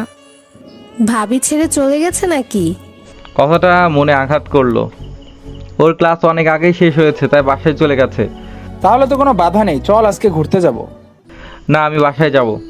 বাসায় যাবি মানে? আমাদের সাথে যেতে হবে। চল না ভাইয়া, অনেক মজা হবে। চল দোস্ত, তোর মনটাও ভালো হয়ে যাবে। এক প্রকার টেনেই রিক্সায় উঠালো। রিক্সা নিয়ে গিয়ে পার্কের সামনে থামলো। পার্কে অনেকক্ষণ ঘোরাঘুরি করে মুনতাহা আপুর বাজেটে আইসক্রিম ফুচকা খেলাম। সবার সাথে সময় কাটিয়ে এখন ভালো লাগছে। ইমন চল, আজকে আমি ট্রিট দেব। কিসের ট্রিট? পাওনা ট্রিট, এখন বুঝবে না। পাশের কফি শপে চোখ পড়লো। কফি শপে জান্নাত একটা ছেলের সাথে বসে আছে। আমাকে না বলে একটা ছেলের সাথে দেখা করতে এসেছে। ছেলেটাকে চেনা চেনা লাগছে। হ্যাঁ, মনে পড়েছে, এটাই সেই ছেলে যে আমাকে ফলো করতো। অনেকদিন যাবৎ ফলো করে না। জান্নাতের সাথে ছেলেটাকে যাতে রিয়াল ববে মুনতাহা আপু না দেখে অন্যদিকে নেওয়ার জন্য মনে হাজারো কষ্ট জমা রেখে বললাম, রিয়াল তুই এত কিপটা কেন? কিপটা মানে? মানে তুই তো জানিস আমরা তোর মতো রাক্ষস না। আমি রাক্ষস? এত কিছু খাওয়ার পরে তোর ট্রিটের কিছু খেতে পারবো না? খেতে হলে আমাদের রাক্ষস এবং রাক্ষসী হতে হবে। ট্রিটের কথা আগে বললেই পারতি, তাহলে কম খেতাম। খরচ কমানোর জন্য শেষ পর্যন্ত দুর্নীতি করলি। যা করলি তা তো গ্রামের বিয়ের সাথে মিলে যায়। তুই এত কিপটা, তোকে আমার বন্ধু বলতেও আনন্দ লাগে, থুক্কু কষ্ট লাগে। ইমন, গ্রামের বিয়ের সাথে কি মিলে যায়? আরে বলো না আপু, গ্রামের বিয়েতে বরপক্ষ আসলে বিভিন্ন প্রকার শরবত খাইয়ে খাইয়ে পেট ভরিয়ে ফেলে, তারপর বরপক্ষ কিছুই খেতে পারে না। ভাইয়া কি কি শরবত খাওয়ায়? যেমন রুহু আফজা, লেবু শরবত, ইসুপগুল, শেষে ট্যাঙ্কের থুক্কু হলুদের শরবত খাওয়ায়। আজ রিয়াল সেই রকম করলো। শালা কিপটুস। মনে হাহাকার দূর করার জন্য কথার ভেতরে ডুবে থাকতে চায়, কিন্তু মন তো মানে না। রেডি থেকো। শালা, তোর জন্য আমার হলুদের শরবত খেতে হবে? তুই আমার দোস্ত নাকি দুশমন? আমি আবার কি করলাম? শালা, তুই যে বুদ্ধি দিলি তা ববি ডায়েরিতে লিখে রাখবে, যাতে ভুলে না যায়। তারপরে বিয়ের সময় আমাকে হলুদের শরবত খাওয়াবে। টেনশন করিস না, তোর মতো কিপটুসের সাথে আমার বোনের বিয়ে দেবো না। তাহলে ট্রিটার কি হবে? তোর তুলে রাখা ট্রিট এবার পকেটে রাখ। আমরা বাসায় যাই। মুন্থা আপু চলো। চোখের পলক পড়লেই দেখছি জান্নাত একটা ছেলের সাথে বসে আছে। এই জায়গায় বেশিক্ষণ থাকলে মনে কান্না চলে আসবে, তাই পালিয়ে বাসায় যাচ্ছি। সন্ধ্যা পেরিয়ে রাত হয়ে গেছে, এখন তো বাসায় যাই। তাছাড়া জান্নাত টেনশন করবে, মিথ্যা বললাম। ঠিক আছে, সাবধানে। বাসায় আসতে আসতে 8:30 বেজে গেছে। জান্নাত এখনও বাসায় আসেনি। আমি কোনো ভুল করলাম না তো? জান্নাত আমাকে অ্যাভয়েড করছে কেন? নিজের অজান্তেই চোখে জলে বুক ভিজে যাচ্ছে। অনেকক্ষণ যাবৎ বেলকনিতে দাঁড়িয়ে আছি, জান্নাতের করা অত্যাচারগুলো মনে করছি। না, এগুলা কোনো অত্যাচার ছিল না, এগুলা তো ভালোবাসা। এখন কেন ভালোবাসার খুনসুটি নেই? তবে কি জান্নাত অন্য কাউকে ভালোবাসে? মনে মনে ভাবছি। গাড়ি হর্নের শব্দে ভাবনার জগৎ থেকে বের হয়ে নিচে তাকালাম। গতকালের মতো আজও জান্নাতকে বাসার সামনে নামিয়ে দিল। আজ গাড়ির লোকটা বাইরে বের হয়ে বিদায় জানালো। লোকটি অন্য কেউ নয়, কফি শপের সেই ছেলেটি। কলিং বেলের শব্দে দরজা খুলে দিয়ে ওয়াশরুমে গেলাম, যাতে জান্নাত চোখে পানি দেখতে না পায়। ওয়াশরুম থেকে বের হয়ে, জান্নাত তোমার তো লেট হলো কেন? কাজ ছিল, তাই লেট হয়েছে। কি এমন কাজ যে এত রাত হলো? ইউনিভার্সিটিতে কাজ ছিল। ও, শেষ পর্যন্ত আমার সাথে মিথ্যা কথা বললে? আমার ভালোবাসার কোনো মূল্য নেই তোমার কাছে? না চাইতেও তোমাকে আমি অনেক ভালোবাসি। তোমার একটা মিথ্যা কথা আমার হৃদয়ের রক্তক্ষরণ শুরু করলো। মনে মনে ভাবলাম। মন খারাপ থাকা সত্ত্বেও দুজনে মিলে রান্না করলাম। রান্না শেষে আমি রুমে শুয়ে পড়লাম। ইমন, খেতে আসো। খাবো না, ক্ষুধা নেই। কেন? তোমার শরীর খারাপ নয় তো? না, ঠিক আছি। অন্যদিন হলে জোর করে খাইয়ে দিত, কিন্তু আজ কেন ভাবনায় ছেদ ঘটিয়ে জান্নাত পেছন থেকে জড়িয়ে ধরে ঘুমিয়ে পড়লো। জড়িয়ে ধরে ঘুমানোর নেশা হয়ে গেছে, তাই কোনো কথা না বলে কষ্ট লুকিয়ে আমিও জান্নাতকে জড়িয়ে ধরলাম। অ্যালার্মের শব্দে ঘুম ভেঙে গেল। জান্নাত ওঠো। জান্নাত। আর একটু। অন্যদিন হলে চুমু দিয়ে ঘুম ভাঙাতাম, কিন্তু আজ অনেক দ্বিধাদ্বন্দ্বের হাতছানি। ওঠো, বেশি সময় নেই। না দিলে উঠবো না। কি দেব? তুমি তো তোমাকে আদর করার অধিকার কেড়ে নিচ্ছ। আমি তোমার খুনসুটি অনেক মিস করি। এখানে দিবে। ও ঠোঁট দেখিয়ে বলল। আমি কপালে ভালোবাসার পরশ দিলাম। ওখানে দিলে কেন? রমজান মাস শেষ হোক, তারপর দিব। সেরি খাচ্ছি। জান্নাত এটা সেটা উঠিয়ে দিচ্ছে, ভালোই লাগছে। অনেকদিন পর জান্নাতের কাছ থেকে কেয়ার পেয়ে মনে একটা প্রশ্ন আসছে, হঠাৎ এত কেয়ার করছে কেন? না আর না, আমি কেন জান্নাতকে সন্দেহ করছি? ওর মতো স্বাধীনভাবে চলুক। আমি কেন স্বাধীনতার সন্দেহে বীজ বপন করব? আমি তো জান্নাতকে ভালোবাসি। এখন থেকে যা করতে চাই তাই করতে দেব। সেরি খেয়ে নামাজ পড়ে ঘুমিয়ে পড়লাম। প্রতিদিনের মতো আজও ভার্সিটি যাচ্ছি, কিন্তু আজ জান্নাত আমার হাত আঁকড়ে ধরে আছে। ভার্সিটি আসার পর হাত ছেড়ে দিয়ে ক্লাস শেষে অপেক্ষা করতে বলে চলে গেল। ক্লাস শেষে অনেকক্ষণ অপেক্ষা করছি, কিন্তু জান্নাত আসার নাম নেই। বিরক্ত হয়ে জান্নাতের কেবিনের সামনে গেলাম। কেউ একজন ভেতরে আছে, যার সাথে শেষে কথা বলছে। তুমি নাকি পিচ্চি ছেলেকে বিয়ে করেছো? হ্যাঁ, করেছি। তাতে কি? তোমার তো আমার সাথে বিয়ে হওয়ার কথা ছিল। ছিল, কিন্তু এখন সম্ভব না। কেন সম্ভব না? চাইলেই হয়। তুমি ওই ছেলেকে ডিভোর্স দিয়ে আমাকে বিয়ে করো। জান্নাত চুপ করে আছে। তাহলে কি মৌনতা সম্মতির লক্ষণ? মনে মনে আমি ভাবছি। কেবিনের বাহিরে ছায়া দেখে সেদিকে তাকিয়ে চুপ করে আছে। বাহিরে কে? ম্যাডাম, আমি। ঠিক আছে, অপেক্ষা করো। জান্নাত ওই লোকটির সামনে আমার পরিচয় কেন দিল না? আমি কি এতটাই অযোগ্য? এমনিতেই টেনশন, তারপর মাথা ব্যথা, মাথা ঘুরছে, চোখে ঝাপসা দেখছি। একটা শব্দ হলো, আমি নিচে পড়ে যাওয়ার শব্দ। চোখ খুলে নিজেকে বাসায় আবিষ্কার করলাম। জান্নাত মাথার কাছেই বসেছিল। তোমার শরীর এখন কেমন? আমার কি হয়েছিল? তুমি ভার্সিটিতে মাথা ঘুরে পড়ে গিয়েছিলে। কি হয়েছিল তখন? ও, একটু মাথা ব্যথা করছিল, তাই হয়তো পড়ে গিয়েছি। এভাবেই জান্নাত কেয়ার করা অবহেলা করা এর মাঝেই চলছিল। আজ শুক্রবার, জান্নাত আমি দুজনে বাসায়। আজ মাথা ব্যথার পরিমাণ বেশি, তাই কিছু না বলে শুয়ে রইলাম। এই, তোমার শরীর খারাপ? তেমন না, একটু মাথা ব্যথা করছে। চলো ডাক্তার কাছে যাব। ডাক্তারের কাছে যাওয়ার পর ডাক্তার বলল অতিরিক্ত টেনশন এবং ডিপ্রেশনের কারণে মাথা ব্যথা করছে। কিছু ওষুধ দিল, সাথে চশমা দিয়ে চাশমিশ বানিয়ে দিল। বাসায় আসার পর রেস্ট নিলাম। বিকেলে শরীর মোটামুটি সুস্থ। ইমন, আমি একটু বাইরে গেলাম। যে আমাকে ছাড়া কোথাও যেত না, সে আজ একা একাই বাইরে যেতে চায়। আচ্ছা যাও, তবে সন্ধ্যার আগে চলে আসবে। আসবো। হায় রে দুনিয়া, যে মেয়ে আমাকে ভালোবাসে এবং আমাকে ভালোবেসে আমাকে ছেড়ে চলে আসলো, সেই কিনা সব ভুলে যাচ্ছে। সন্ধ্যার পরে জান্নাত বাসায় আসলো, কিন্তু আজ অন্য দিনের চেয়ে খুশি। তোমাকে না বললাম সন্ধ্যার আগে বাসায় আসতে? তুমি সন্ধ্যার পরে আসছো, কারণ কি? এই প্রথম জান্নাতকে ধমক দিলাম। আসলে একটু লেট হয়ে গেছে, আর হবে না। তুমি কি চাও তোমাকে প্রতিদিন ধমক দেই? জান্নাত মাথা নিচু করে আছে, চোখ দিয়ে টপ টপ পানি পড়ছে।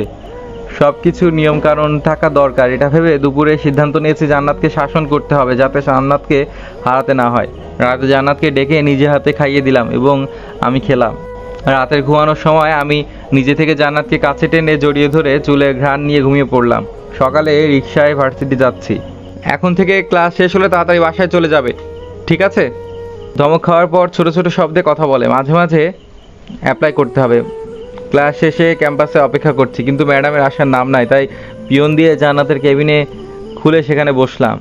সবাই জানে আমি জান্নাতের হাজবেন্ড, তাই সুযোগ কাজে লাগালাম। কিছুক্ষণ পর জান্নাত আসলো, অবাক হয়ে আমার দিকে তাকিয়ে আছে। কি দেখছো? না কিছু না। ইমন, আমার সাথে একটা পার্টিতে যেতে হবে।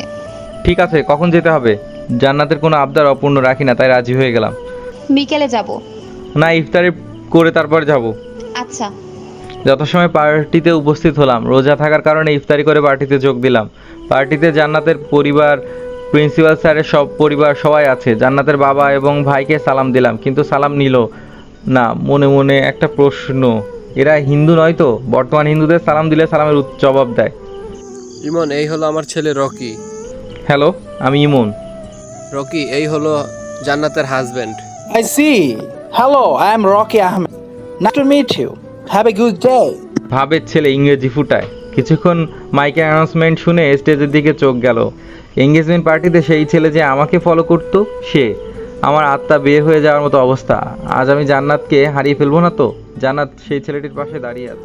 লেডিস অ্যান্ড জেন্টলম্যান, আজ আমার একমাত্র ছেলে সজীব মাহমুদের সাথে আমার বন্ধুর মেয়ে জান্নাত জাহানের এঙ্গেজমেন্ট ঘোষণা করছি। হাই পৃথিবী, নিজের বউয়ের এঙ্গেজমেন্ট পার্টিতে আসলাম, তাও তার ইচ্ছায়। মনে মনে ভাবছি।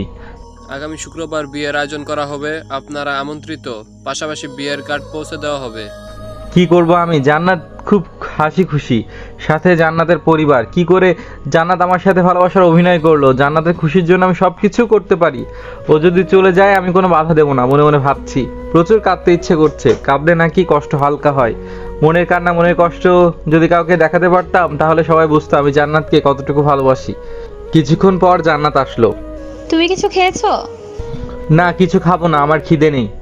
কোনো খাবার আমার মুখ দিয়ে নামবে না। তোমার শরীর খারাপ লাগছে? বাসায় যাবে? না, আমি একদম ঠিক আছি, তবে বাসায় যাব। একটু পর পার্টি শেষ হবে, তখন বাসায় যাব। এত কেয়ার করো কিন্তু মনটা বুঝলে না, নাকি বোঝার চেষ্টা করো না, মনে মনে ভাবছি। আচ্ছা ঠিক আছে। রাতে আমি ঘুমানোর সময় একটা বালিশ নিয়ে অন্য রুমে যাচ্ছি। এই, তুমি কোথায় যাচ্ছ? পাশের বাসায় থুক্কু রুমে যাচ্ছি। আজ থেকে আমি ওই রুমে থাকবো। পাশের রুমে কেন?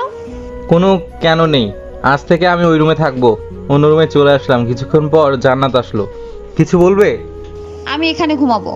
কেন? কিছুদিন পরে তো চলে যাবে। আমাকে ছাড়া ঘুমানোর অভ্যাস করো। আমি তোমাকে ছেড়ে কোথায় যাব? এত কিছু হওয়ার পরে অভিনয় করছো? কে অভিনয় করেছে? কেন? তুমি আমাকে বললেই আমি চলে যেতাম, তাহলে কেন এত অবহেলা, কেন এত অভিনয়? কি বলছো? কাঁদছো কেন? অস্বীকার করতে পারবে কিছুদিন যাবত আমাকে এড়িয়ে যাচ্ছ না? অস্বীকার করতে পারবে আজ তুমি এঙ্গেজমেন্ট করনি? তুমি আসলে আমার পিচ্চি বর, কিছুই বোঝো না। মানে আমি কিছু বুঝি না। আজ কার সাথে কার এঙ্গেজমেন্ট হয়েছে? ওই ছেলেটি মানে সজীব মাহমুদের সাথে তোমার? বোকা বাবু, এঙ্গেজমেন্ট হতে দেখেছো? না, তখন তো আমি বাইরে চলে আসি। অ্যানাউন্সমেন্ট শুনেছো? কি বলেছে? এক বয়স্ক লোক বললেন আমার ছেলে সজীব মাহমুদের সাথে আমার বন্ধুর মেয়ে জান্নাত জাহানের এঙ্গেজমেন্ট ঘোষণা করছি। তাহলে আমার সাথে এঙ্গেজমেন্ট কিভাবে হলো? তাই তো হয়েছে। আমার পুরো নাম কি? কেন? মোসাম্মদ জান্নাতুল মাওয়া। তাহলে এঙ্গেজমেন্ট হয়েছে কার সাথে? তোমার সাথে থুক্কু জান্নাত জাহানের সাথে। বারবার থুক্কু বলে মাপ পাবে? আজ তোমাকে ছাড়ছি না, আজ তোমাকে বোঝাবো আমি কি জিনিস। ঠোঁটে কামড় দিল। কামড় দিলে কেন? এটা আমাকে ভুল বোঝার শাস্তি। তাই বলে কামড় দিবে? দেখো রক্ত বের হচ্ছে। হাতে রক্ত দেখে বললাম। ঠোঁটে রক্ত দেখে জান্নাত আবার আমার নিজের ঠোঁট এক করে দিল। পাগলের মতো আমাকে চুমু দিতে লাগলো। কিছুক্ষণ পর ছেড়ে দিল, কিন্তু এখনো জান্নাত আমার উপরে শুয়ে আছে। আমাকে এত এড়িয়ে চললে কেন? কোথায় এড়িয়ে চললাম? এই যে রোজার শুরু থেকে। তাহলে শোনো, সজীব আমার ফুফাতো ভাই। তোমার আমার বিয়েতে অনেক সহযোগিতা করেছে, তাই আমি জান্নাত জাহান আর সজীবকে একসাথে মিলানোর জন্য সজীবের সাথে দেখা করতাম। তাছাড়া আর অন্য কোনো কারণ নেই। কি সহযোগিতা করেছে? যেমন তোমাকে ফলো করা, কি করো, কোথায় যাও, কোথায় থাকো ইত্যাদি, এবং তোমাকে কিডন্যাপ করা। সব কিছু পেছনে কলকাঠি তাহলে তুমি নেড়েছো? আমি তোমাকে পাওয়ার জন্য সব করতে পারি। আর বুঝলাম, এখন বলো তোমার আর মানে কি? আর রোজার পরে থেকে আমার পিচ্চি বরটা একটু আমার সাথে বউ বর খেলেনি, একটু আদর করেনি। তাহলে আসো একটু আদর করি। তুমি তো বললে রোজার ভেতরে। হুজুরের সাথে আমি দেখা করে সবকিছু জেনেছি, রাতে আদর করলে কোনো অসুবিধা নেই। তারপরে যা হলো তাই ইতিহাস। যে সপ্তাহে শুক্রবার নেই সেই সপ্তাহে ইতিহাস বলবো। সকালে ফোন আসলো। ইমন ওঠো, আর কত ঘুমাবে? রাতে তো একটু ঘুমাতে দাওনি, এখন একটু ঘুমাই। পরে ঘুমাও, আব্বু ফোন করেছে। এত সকালে আব্বুর ফোন? আল্লাহ জানে আবার কি হলো। আগে কথা বলো। হ্যালো, আসসালামু আলাইকুম। আব্বু কেমন আছেন? বাড়ির সবাই কেমন আছে? সবাই ভালো আছে। তা তুমি আসবে কোন দিন? 3 দিন পর ভার্সিটি বন্ধ হবে, তারপর দিন রওনা করব। সাবধানে এসো। ঠিক আছে আব্বু। আর একটা কথা, তাড়াহুড়ো করবে না, সময়ের চেয়ে জীবনের মূল্য অনেক বেশি। আচ্ছা আব্বু, রাখি, আল্লাহ হাফেজ। পাশে বসে জান্নাত সব কথা শুনছিল। তুমি বাড়ি গেলে আমি থাকবো কিভাবে? কেন একা থাকবে? তা না হলে সজীব ভাই তো আছেই, থুক্কু। আবার থুক্কু? আজ তোমার থুক্কুর বংশ নির্বংশ করব। কিন্তু আমি রোজা, কোনো রোমান্স করতে পারবো না। তবে মার বন্ধ করলে তোমাকে আমার সাথে বাড়ি নিয়ে যেতে পারি। সত্যি বলছো? হুম। আব্বু আম্মু বাড়ির সবাইকে আমাদের মেনে নিবে? প্রথমে একটু রাগ করবে, কিন্তু পরে সব মেনে নেবে। তাই যেন হয়, আমার ভয় করছে। কোনো ভয় নেই, আমি পাশে আছি তো। ভার্সিটি আসতে যেতে 2 দিন কেটে গেল। আজ ভার্সিটি ছুটি হবে, রিকশায় যাচ্ছি। ক্লাস শেষে সোজা আমার কেবিনে চলে আসবে। এত জরুরি তলব কেন? তোমাকে নিয়ে এক জায়গায় যাব। ক্লাস শেষে পিয়ন দিয়ে জান্নাতের কেবিন খুলে বসে আছি। কিছুক্ষণ পর জান্নাত আসলো। চলো এখন যাওয়া যাক। তা কোথায় যাওয়া হচ্ছে? বাইরে যাব। আমার সাথে যাওয়া যাবে? আজ না রকি, আমাদের জরুরি কাজ আছে। ঠিক আছে। ইমন চলো, লেট হয়ে যাচ্ছে। আজ আমি অনেক খুশি, কারণ রকির সামনে আমাকে গুরুত্ব দেওয়ার জন্য। চলো যাই। ভার্সিটি গেট থেকে বের হতে জান্নাতের বলা জায়গা মানে একটা শপিং মলের সামনে আসলাম। আব্বু আম্মু মিতু নানু সাথে জান্নাতও নিজের জন্য শপিং করলাম। এবার চলো, অনেক কিছু কিনলাম। সবার জন্য আরো শপিং করব। আরও? আমার কাছে টাকা বেশি নেই। তাতে কি, আমি দেব। তুমি টাকা পাবে কোথায়? তোমার সিনিয়র বউ ভার্সিটির ম্যাডাম, তা ভুলে যাচ্ছ? তোমার থেকে আমি টাকা নেব না। আমার সব কিছুই তোমার। নেবে না মানে নিতে হবে। শেষ পর্যন্ত প্রত্যেকের জন্য 2টো করে সেট শপিং করলো। শপিং করে বাসায় আসলাম, রাতে খেয়ে শুয়ে পড়লাম। পরের দিন বিকেলে বাসে করে বাড়ি যাচ্ছি। অনেক দিনের স্বপ্ন ছিল বউয়ের সাথে বাসের সিটে বসে রোমান্স করতে করতে বাড়ি যাব। মধ্যরাতে ঝড় বৃষ্টি শুরু হলো। জান্নাত ভয়ে আমাকে জড়িয়ে ধরে কাঁপছে। মরণের ভয় সকলের আছে, তাই সময়ের কাজ সময়ে করুন মানে ইবাদত। সকাল 7টার সময় বাদ মেহেরপুর পৌঁছালাম। বাস থেকে নামতে 7:30। বাইরে এসে একটি অটো রিজার্ভ করলাম। নতুন বউ বলে কথা। অটোতে ওঠার পরে ইমন, আব্বু আম্মু আমাকে মেনে নেবে তো? আমার সিনিয়র বউ দেখতে কোন দিক থেকে অসুন্দর যে অপছন্দ করবে? আমি একদম সুন্দর না। আগে বাড়ি যাই, তারপর দেখা যাবে। বাড়ি আসার পরে সবার মুখে একটাই প্রশ্ন, আমার সাথের মেয়েটিকে। আমার উত্তর পরে বলবো, এখন বাসায় যাই। বাসায় গেট খোলা, আর সেই জন্য ভেতরে ঢুকলাম। ভাইয়া, আম্মু, ভাইয়া এসেছে। আব্বু আম্মু নানু কোথায়? আব্বু বাহিরে গেছে, আম্মু রান্নাঘরে, আর নানু আমার রুমে। বড় বাচ্চা বাঁচলাম সরাসরি অ্যাটাক থেকে, মনে মনে ভাবছি। ভাইয়া, ইনকে। আমি তোমার ভাবি। ভাবি? আমার নানা ভাই আসছে। হ্যাঁ নানু, তুমি কেমন আছো? আমি ভালো আছি। তা মেয়েটাকে? তোমার সতীন। কি? আমাদের না জানিয়ে বিয়ে করে ফেললি নানা ভাই? কে বিয়ে করেছে মা? তখন নানু পাশ থেকে বলল, কে আবার? তোমার গুণধর ছেলে। ইমন, মা যা বলেছে তা কি ঠিক?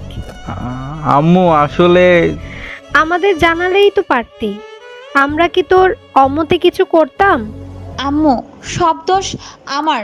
আমি জোর করে ইমনকে বিয়ে করেছি। মিতু, এই মিতু, আমার সতীনকে নিয়ে ইমনের রুমে যা। ভাবি, আসো আমার সাথে। জান্নাতকে নিয়ে মিতুর ভেতরে গেল। ইমন, আমরা না হয় মেনে নিলাম, কিন্তু তোর আব্বু?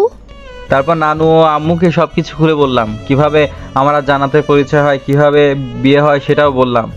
আম্মু বলল, সব বুঝলাম, তুই এখন রুমে গিয়ে ফ্রেশ হও। দুপুরে আব্বু আসার পরে আম্মু ও নানু আব্বুকে বলছে, শোনো, তোমার ছেলে একটা ভুল করে ফেলেছে। কি ভুল করেছে? বাবা মাথা গরম করো না, ঠান্ডা মাথায় শোনো। কি ভুল করেছে সেটাই তো শুনি, তারপর মাথা গরম থাকবে নাকি ঠান্ডা থাকবে দেখবো। ইমন কতক্ষণ যাবত দেখছি ইমন ভুল, সবার মাথায় কি চলছে? ইমন বিয়ে করে বউ নিয়ে বাড়ি আসছে। কি? একটু শান্ত হয়ে মাথা ঠান্ডা করো, আগে কথাগুলো শোনো। কি আর শোনার বাকি আছে? যে ছেলে কাউকে না জানিয়ে বিয়ে করে সে ছেলেকে আজই আমার বাড়ি থেকে বের করে দিব। এতে ইমনের কোনো দোষ নেই, আর মেয়েটি ইমনের থেকে 2.5 বছরের বড়। তারপর নানু আব্বুকে সব ঘটনা বিস্তারিতভাবে বলল, আমি যেভাবে বলেছি। সিনিয়র মেয়ে হয়ে একটা জুনিয়র ছেলেকে বিয়ে করেছে, ছি! যে মেয়ের রুচি এত খারাপ সে মেয়েকে আমার ছেলের বউ হিসেবে মানতে পারবো না। চুপ করে আর দরজার পাশে থাকতে না পেরে আব্বুর রুমে আসলাম। আব্বু, তুমি এসব কি বলছো? জান্নাত এখন আমার বিয়ে করা বউ। আমি এই মেয়ে মানি না। জান্নাত ওর বাবা মাকে ছেড়ে আমার কাছে চলে এসেছে। যে মেয়ে বাবা মাকে ছেড়ে আসতে পারে সে কতটা ভালো তা তো বোঝাই যাচ্ছে। আব্বু, তুমি এসব কি বলছো? আমি ঠিকই বলছি, এখন এই মেয়েকে তার বাবা মার কাছে দিয়ে আসো। তা কখনো সম্ভব না, আমি জান্নাতকে ভালোবাসি। তোমার লজ্জা করে না এসব বলতে? তাও একটা সিনিয়র মেয়েকে নিয়ে, যে কিনা তোমার থেকে 2.5 বছরের বড়। করে না লজ্জা, কারণ জান্নাত আমার বিয়ে করা বউ। এখনই এই মেয়েকে আমার বাড়ি থেকে বের করে দাও। জান্নাত বের হয়ে গেলে আমিও চলে যাব। যাও, বের হও, দেখবো টাকার প্রয়োজন হলে ঠিকই চলে আসবে। আম্মু নানু মিতু অনেক কেঁদেছিল আমি যাতে ঈদ না করে বাড়ি থেকে না আসি। সকল মায়া ত্যাগ করে চলে আসলাম। ঢাকা আসতে আসতে সকাল 8টা। ভালোবাসা, খুনসুটি, হাসি, অত্যাচার, অভিমান সবকিছু জান্নাতের থেকে হারিয়ে গেল। আম্মু নানু মিতু ফোনে অনেক কান্না করেছে বাড়ি ফিরে যাওয়ার জন্য। অতিরিক্ত কান্নার ফলে জান্নাত মাঝে মাঝে অজ্ঞান হয়ে যাচ্ছে। জান্নাত এভাবে আর কান্না করবে না। আমি কি করব? আমি যে আর বলতে পারলো না, সাথে সাথে অজ্ঞান হয়ে গেল। হাসপাতালে ভর্তি করলাম। অনেকক্ষণ ডাক্তার পরীক্ষা করে বাইরে আসলো। ডাক্তার মিটিমিটি হাসছে। কি হয়েছে ডাক্তার? জান্নাত ঠিক আছে তো? টেনশন কম করতে হবে, রুটিন মেনে চলতে হবে, তাহলে দুজন ভালো থাকবে। দুজন মানে? দুজন মানে খুশি সংবাদ, আপনি বাবা হচ্ছেন আর আপনার ওয়াইফ মা। খুশিতে চোখ দিয়ে পানি বের হয়ে গেছে। আর কিছু না বলে একরকম দৌড়ে জান্নাতের সামনে গিয়ে জড়িয়ে ধরলাম। আমি চাইছিলাম পড়াশোনা শেষ করে বাচ্চা নেব, কিন্তু ভুলবশত হয়ে গেল। তাই জান্নাতের উপর রাগ করলাম না।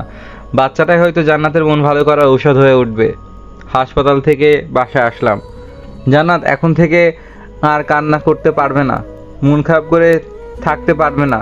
রুটিন অনুযায়ী চলতে হবে, নয়তো বাবুর ক্ষতি হবে। আমি আমার বাবুর জন্য শখ করব। ভালোবাসা, আদর, অনুভূতি, কেয়ার করতে করতে বাবু আসার সময় ঘনিয়ে এলো। জান্নাতকে হাসপাতালে ভর্তি করা হলো। জান্নাতের ইচ্ছা ছিল জান্নাতের মা যেন ওর পাশে থাকে। আমি পারলাম না ওর ইচ্ছাটা পূরণ করতে। না পেলো আমার ভালোবাসা, না পেলো শ্বশুর শাশুড়ির ভালোবাসা। সেই থেকে জান্নাত লুকিয়ে কাঁদে। আজ কান্নার গতি অনেক বেশি। সব মনে পড়ে গেছে হয়তো। জান্নাতের ছেলে হলো, আমি এখন পিতা হয়ে গেলাম। আর ওইদিকে রিয়াল আর ববির বিয়ে হয়ে গেল। তাদের একটা মেয়ে হয়েছে, নাম তুলি। আর আমার ছেলের নাম ঈশান। এভাবে 6 বছর পার হয়ে গেল। আর আমি একটা অফিসে চাকরি করি। ঈশানের সাথে দুষ্টুমি করছি। হঠাৎ জান্নাতের মোবাইলে কল আসলো। এটা জান্নাতের নাম্বার। ফোনের ওপাশ থেকে বললাম, আমি মেহেদি চৌধুরী। তুমি কে? আমি ঈশান। তোমার আব্বুর কাছে ফোনটা দাও। ইমন বলছি। কে বলছেন? আমি জান্নাতের ভাই বলছি। ও, আসসালামু আলাইকুম। ওয়ালাইকুম আসসালাম। হঠাৎ ফোন করলেন যে? আসলে আম্মু অসুস্থ, হাসপাতালে ভর্তি করা হয়েছে। আম্মু বারবার জান্নাতকে দেখতে চাইছে। এখন আমি কি করতে পারি? যখন জান্নাত অসুস্থ ছিল তখন আমি আপনার কাছে কতবার ফোন করেছি, আপনি কোনো সাড়া দেননি। এখন কেন আবার ফোন করেছেন? একটু বোঝার চেষ্টা করো, আম্মুর অবস্থা বেশি ভালো না। কোন হাসপাতালে আছে? তারপর হাসপাতালের নাম বলে ফোন রাখলো। এই, তোমার অফিস নেই? আছে তো, একটু পরে যাব। আমার সাথে এক জায়গায় যেতে হবে, রেডি হও। আমার ভার্সিটি আছে। কাজ শেষে চলে যেও। জান্নাত ও ঈশানকে না জানি হাসপাতালে চলে আসলাম। আমরা হাসপাতালে কেন? এখানেই কাজ, ভেতরে চলো। কে অসুস্থ বলো? গেলেই দেখতে পারবে। আম্মুর কিছু হয়নি তো? মেহেদি ভাই আসলো। কোনো কথা না বলে আমাদের একটি কেবিনে নিয়ে গেল। জান্নাত ওর আম্মুকে দেখার পরে কান্নায় ভেঙে পড়লো। জান্নাতের দেখা দেখি ঈশান হাসপাতালে কান্নার দোকান খুলে বসলো। আমি এখন মহা বিপদে। কাকে রেখে কাকে সামলাবো? উপায় না পেয়ে ঈশানকে নিয়ে বাইরে আসলাম। কিছুক্ষণ পর ঈশানের কান্না বন্ধ করে ঈশানকে নিয়ে ভেতরে গেলাম। ততক্ষণে জান্নাতের কান্না বন্ধ হয়েছে। জান্নাত একটু শুনবে? একটু সাইডে এসে বললাম। বলো কি বলবে। ঈশানকে নাও, আমার অফিসে যেতে হবে। তাও তুমি থাকো, আজ ভার্সিটি যেতে হবে না। ঠিক আছে, যাব না। তাহলে আমি আসি। কাউকে না বলে অফিসের জন্য বের হয়ে গেলাম। দুপুরে হ্যালো জান্নাত, আমি ঈশান। তোমার আম্মু কোথায় বাবা? আম্মু রুমে। তুমি কোথায়? আমি মামার সাথে। এরা আবার আমার থেকে জান্নাত বাবুকে দূরে সরিয়ে নেবে না তো, মনে মনে ভাবলাম। তোমার আম্মুর কাছে দাও। আম্মু তোমার ফোন। আব্বু। হ্যালো, বলো। তোমার আম্মুর অবস্থা এখন কেমন?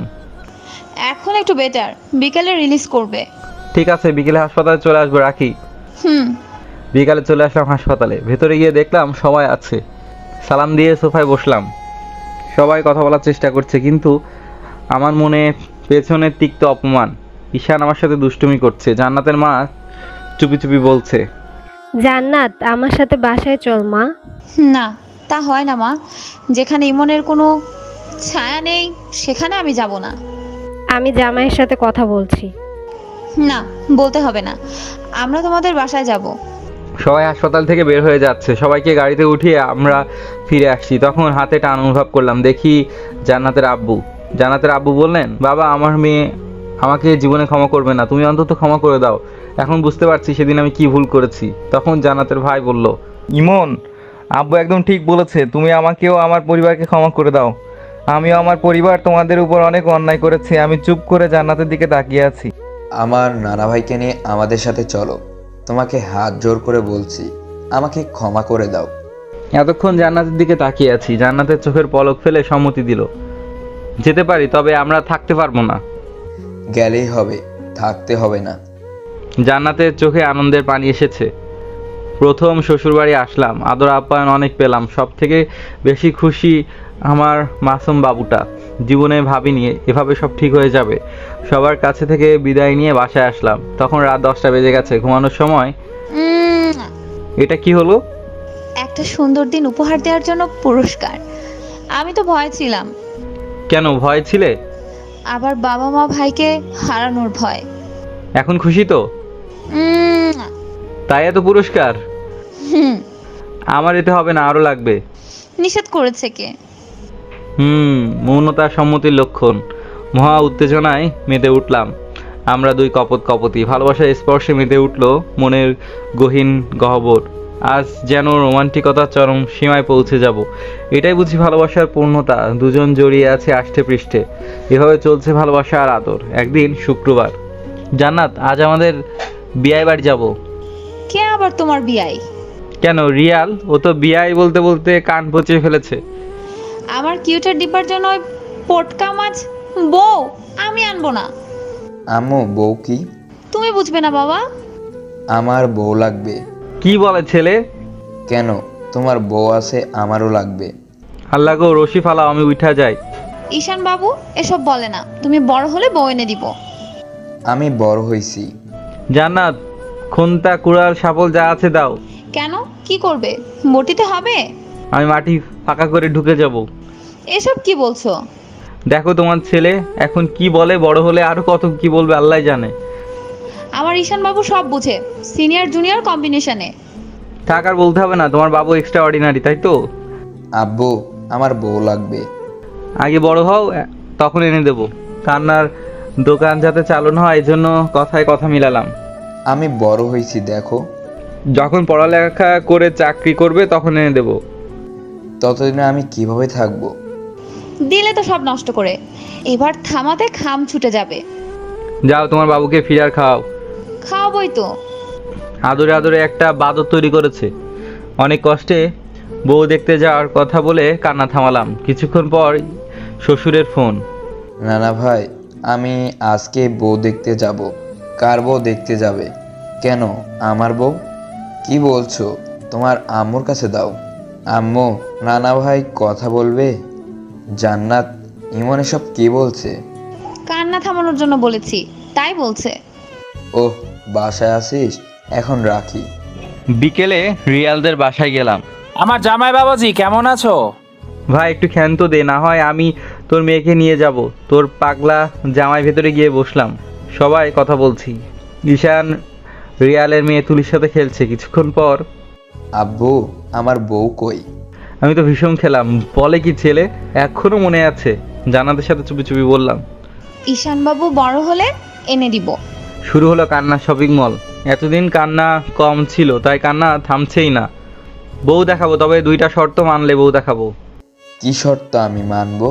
শর্ত না মানলে আল্লাহ পাপ দেবে। 1, আজকের পর আর বউ দেখার বায়না করবে না। 2, লেখাপড়া করার পর বিয়ে করে বউ পাবে। রাজি তো?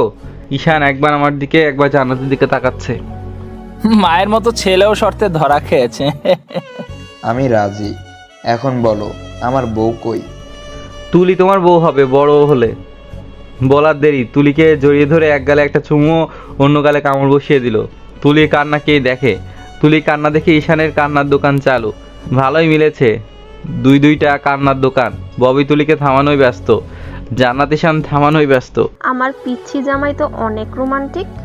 দেখতে হবে না ছেলেটা কার? সিনিয়র। থাক, আর বলতে হবে না। রাতে বাসায় আসলাম। হ্যালো, আসসালামু আলাইকুম। ওয়ালাইকুম আসসালাম, কেমন আছিস বাবা? ভালো, আপনি কেমন আছেন? এখনো রাগ করে আছিস? না, রাগ করবো কেন?